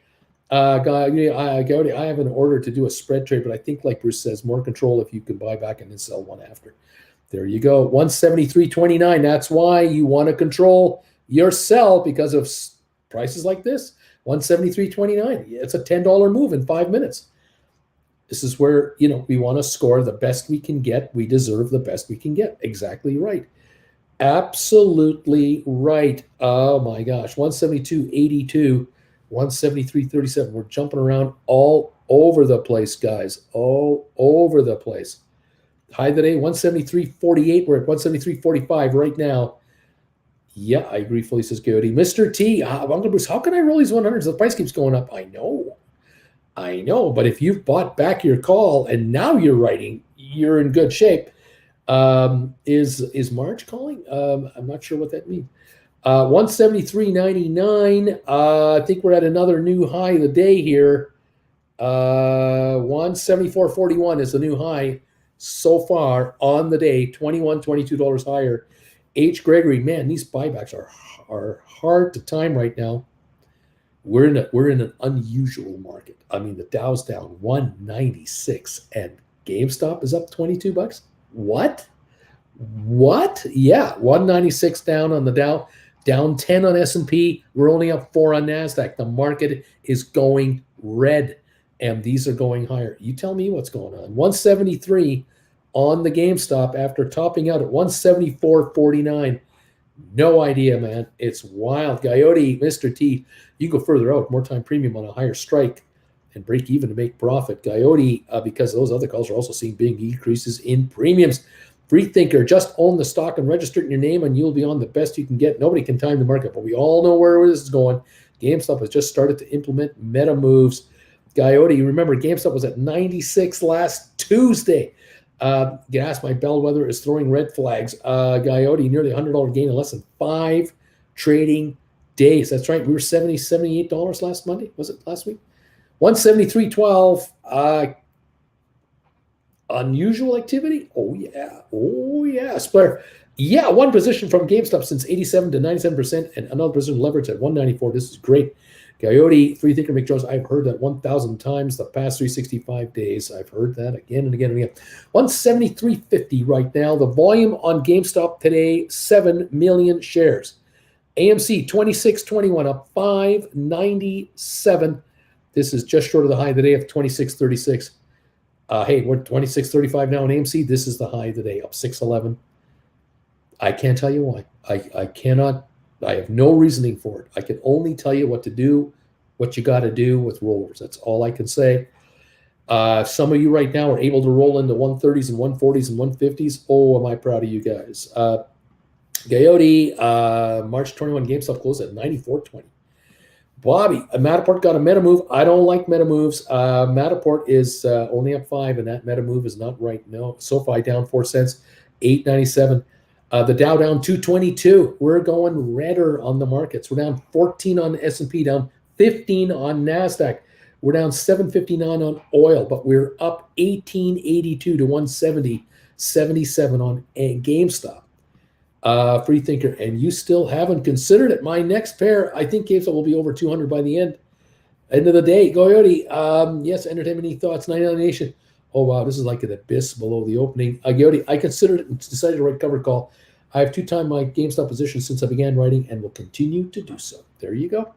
170.41. We topped out at 174.49. So we've given up $4. 169.82 right now. So we're off over 450 from the high just a few minutes ago. The Dow is down 220 at the moment. S&P down 13, NASDAQ down 11. We've really backed off a lot.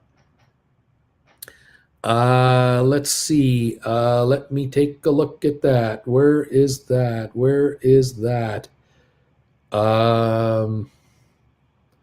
Yeah, look at that. Netflix was as high as $700 a share in the last 52 weeks. Netflix right now, $371. We're talking a huge comeback. 50, 60 billion in value. Unbelievable for Netflix. Still hanging around. 217 drop on the Dow. Rocket Lab down 28 cents. SoFi down 4. GameStop 170.84. AMC 25.72. Broke 26.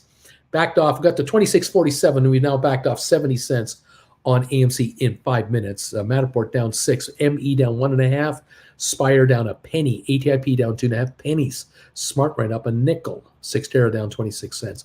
Pfizer down is up 41 cents, bucking the market at 53.19 right now. That's what it's doing at the moment. The Dow down 211. GameStop 171.45, might be trying another run. I don't know. Let's see what is going on here. Welcome one, welcome all to the channel and the dream and the craziness. Welcome to comedians getting slapped on Oscar shows. What the hey? Oh my gosh.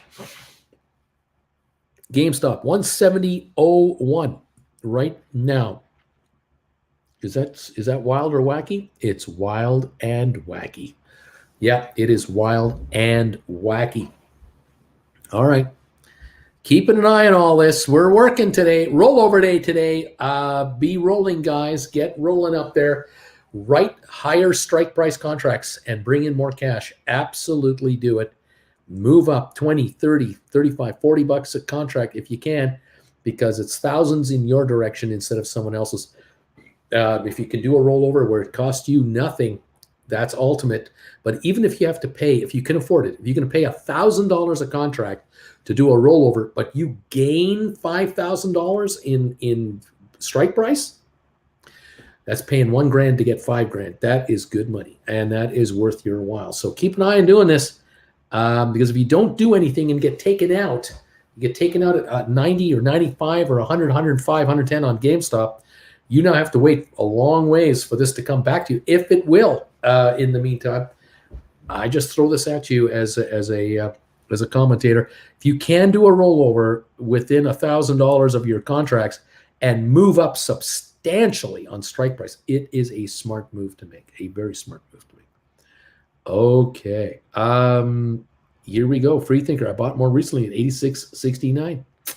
Unbelievable. 170.50 right now is the price of GameStop. The volume now 7.3 million at this point. AMC is backing off. It was 26.47. It's 25.57.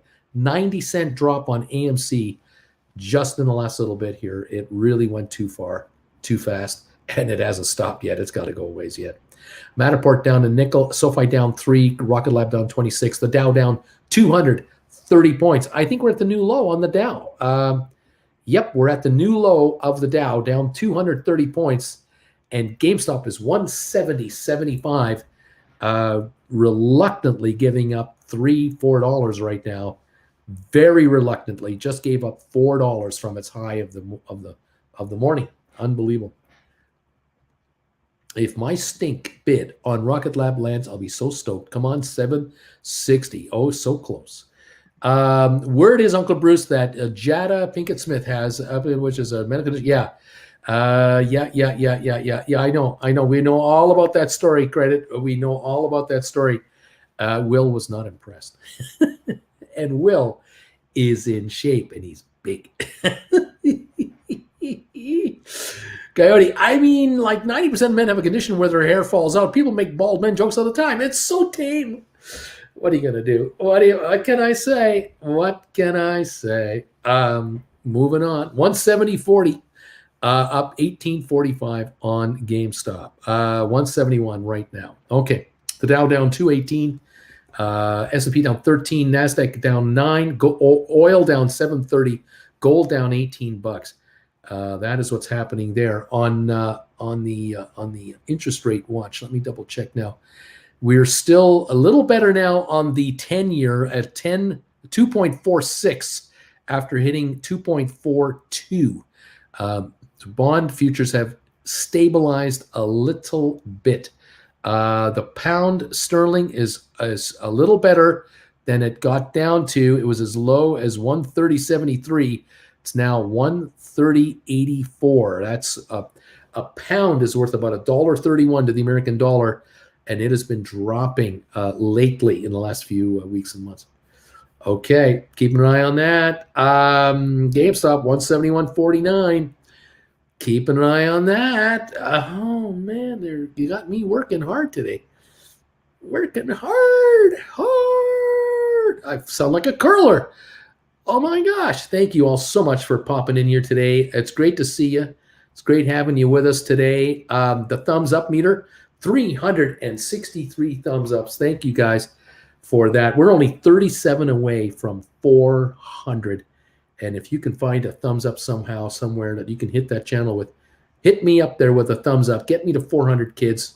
That would be terrific. I want to sign off, but I don't want to go off the air without 400 thumbs ups. That would be great. Thank you all for all of your support. I appreciate it. And Bee's Knees is just a distraction. Alex, will Auntie Jen slap anyone that makes fun of Uncle Bee's hair? Jada wore a $50,000 diamond headpiece to accentuate her baldness about a month ago at the Critics' Choice Awards. Now, apparently, it's such a sensitive topic, you need to commit battery over jokes about it. 99 Nation Aperture is preparing for IPO launch this year on NASDAQ. Never charge SCVs. Coyote, yeah, Uncle Bruce into overtime now. Free Thinker, agree. Will was out of line. Talk is cheap, doesn't he? Check Ryan Cohen's Twitter. Splair, thumbs ups for Brucey. Bobby, I bet Auntie Jen is an eye poker. Thumbs for Bruce. Thank you, Splair. Thank you, Splair, so much. Oh man, 379 on the thumbs up meter. 21 to go. Now we got 380. Only 20 to go to get the 400 thing. You know what I mean? Yeah. Too much fun. 380 thumbs ups. Thank you everybody for chipping in. There we go. Another one just came in. We're only 19 away from hitting 400 thumbs ups. Thank you guys. I appreciate it. Oh man, women are more sensitive about their hair, especially when the loss is due to a disease. Splair, we need those thumbs ups here. How much extra time Uncle Bruce spends with us. Thank you, Splair. Awesome. I went and watched the clip. Rock took it like a man. Will Smith has made a career of teasing other people. Can't take the heat, small man. Coyote, imagine getting slapped at your job and 10 minutes later, everyone gives him a standing ovation. What can I say? It's a weird world in which we live.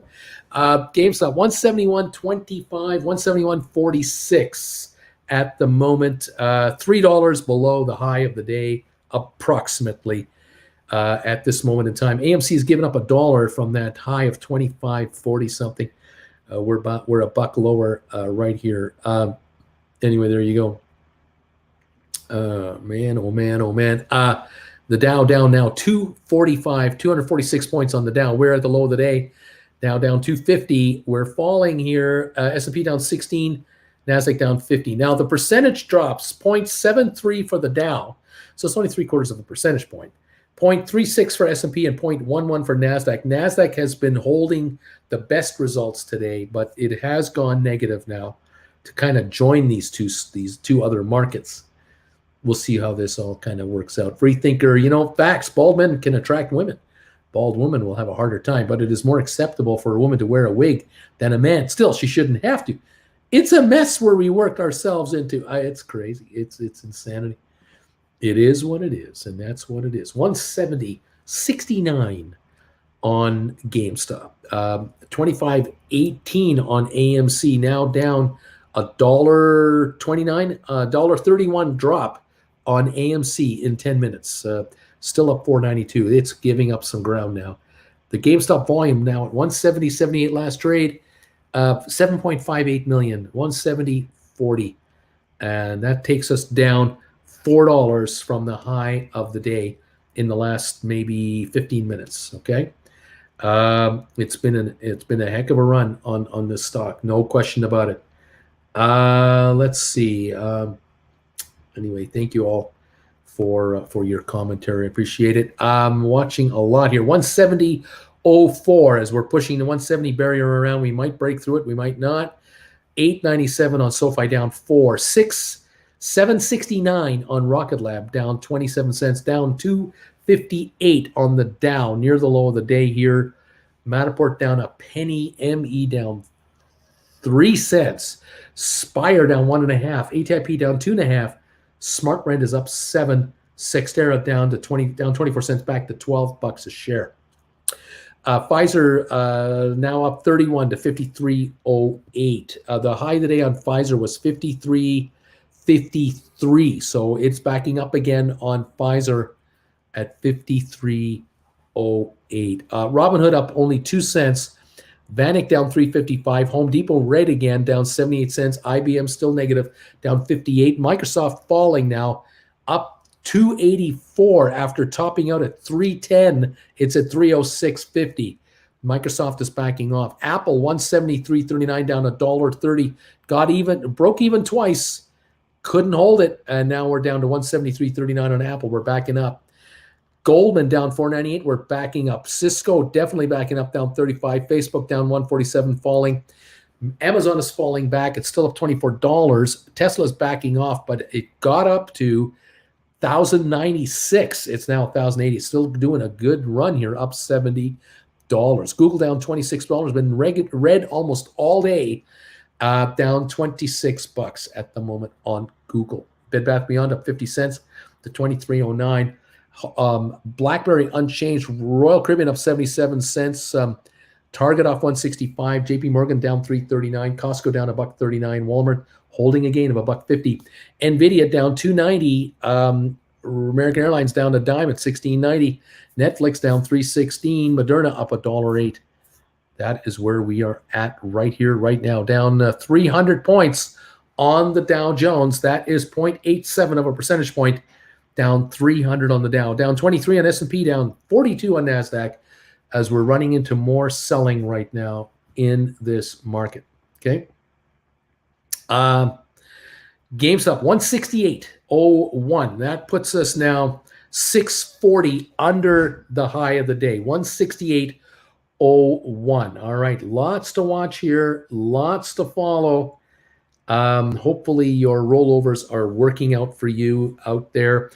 It's now $6 cheaper to buy back calls that you have to buy back, and keep an eye on this market. Always be adjusting your pricing. Never stop adjusting. AMC 25.06. It has backed off from 26.47. That's 241 in about 15 minutes. $1.41 lower on AMC now. 169.10 on GameStop now. 169.10, really jumping around at this moment in time. Okay. Okay. All right. Poof, what a morning. All right, I'm going to be following this as best I can. I know you guys are. Stay on top of your markets. Stay on top of your rollovers today. Join me at 3 o'clock Eastern time today as we shut this market down for the day with the last hour of coverage. Thank you all for your support, encouragement, and joining this channel as members.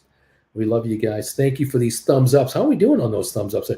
389. We're almost at 400. Not bad. Not bad at all. 389 thumbs ups in a down market. Thank you, everybody, for your thumbs up support. I appreciate that. Every little bit helps there. Let more people know what we're up to and have them join us and, join the party, pal. Welcome to the party. We're trying to stay on top of these crazy, wacky markets and try to explain GameStop. Not easily done. 169.05 right now. 393 on the thumbs up meter. Only 7 to go to get to 400 thumbs ups. Now 6 away.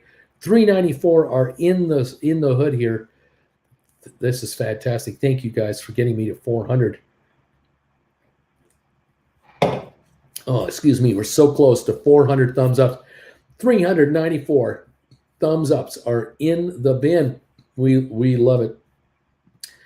And there you go, guys. Thank you, thank you, thank you, thank you. And did I say thank you? I mean it. 167.70. GameStop. Let's see, 168.10. So we're pushing a little lower here from this 174.49 level. Now 640 down from the high of the day. 167.91 last trade. As we're running into more selling now on the GameStop. As to be expected, it's had such a crazy run. Unbelievable, okay? Thank you all. I'm still waiting to write, says Zed. Well, look, man, got the 174. Keep an eye on this. Thank you, guys. Anyway, let you keep me posted today at 3 o'clock. What's going on, Zed? and we'll see what's happening. Okay. All right, guys. There you go. I got to run. 401 thumbs up. There they are. You guys are awesome. Thank you for getting me over the hump. I appreciate it. We'll see you this afternoon, folks. Okay. Thanks again.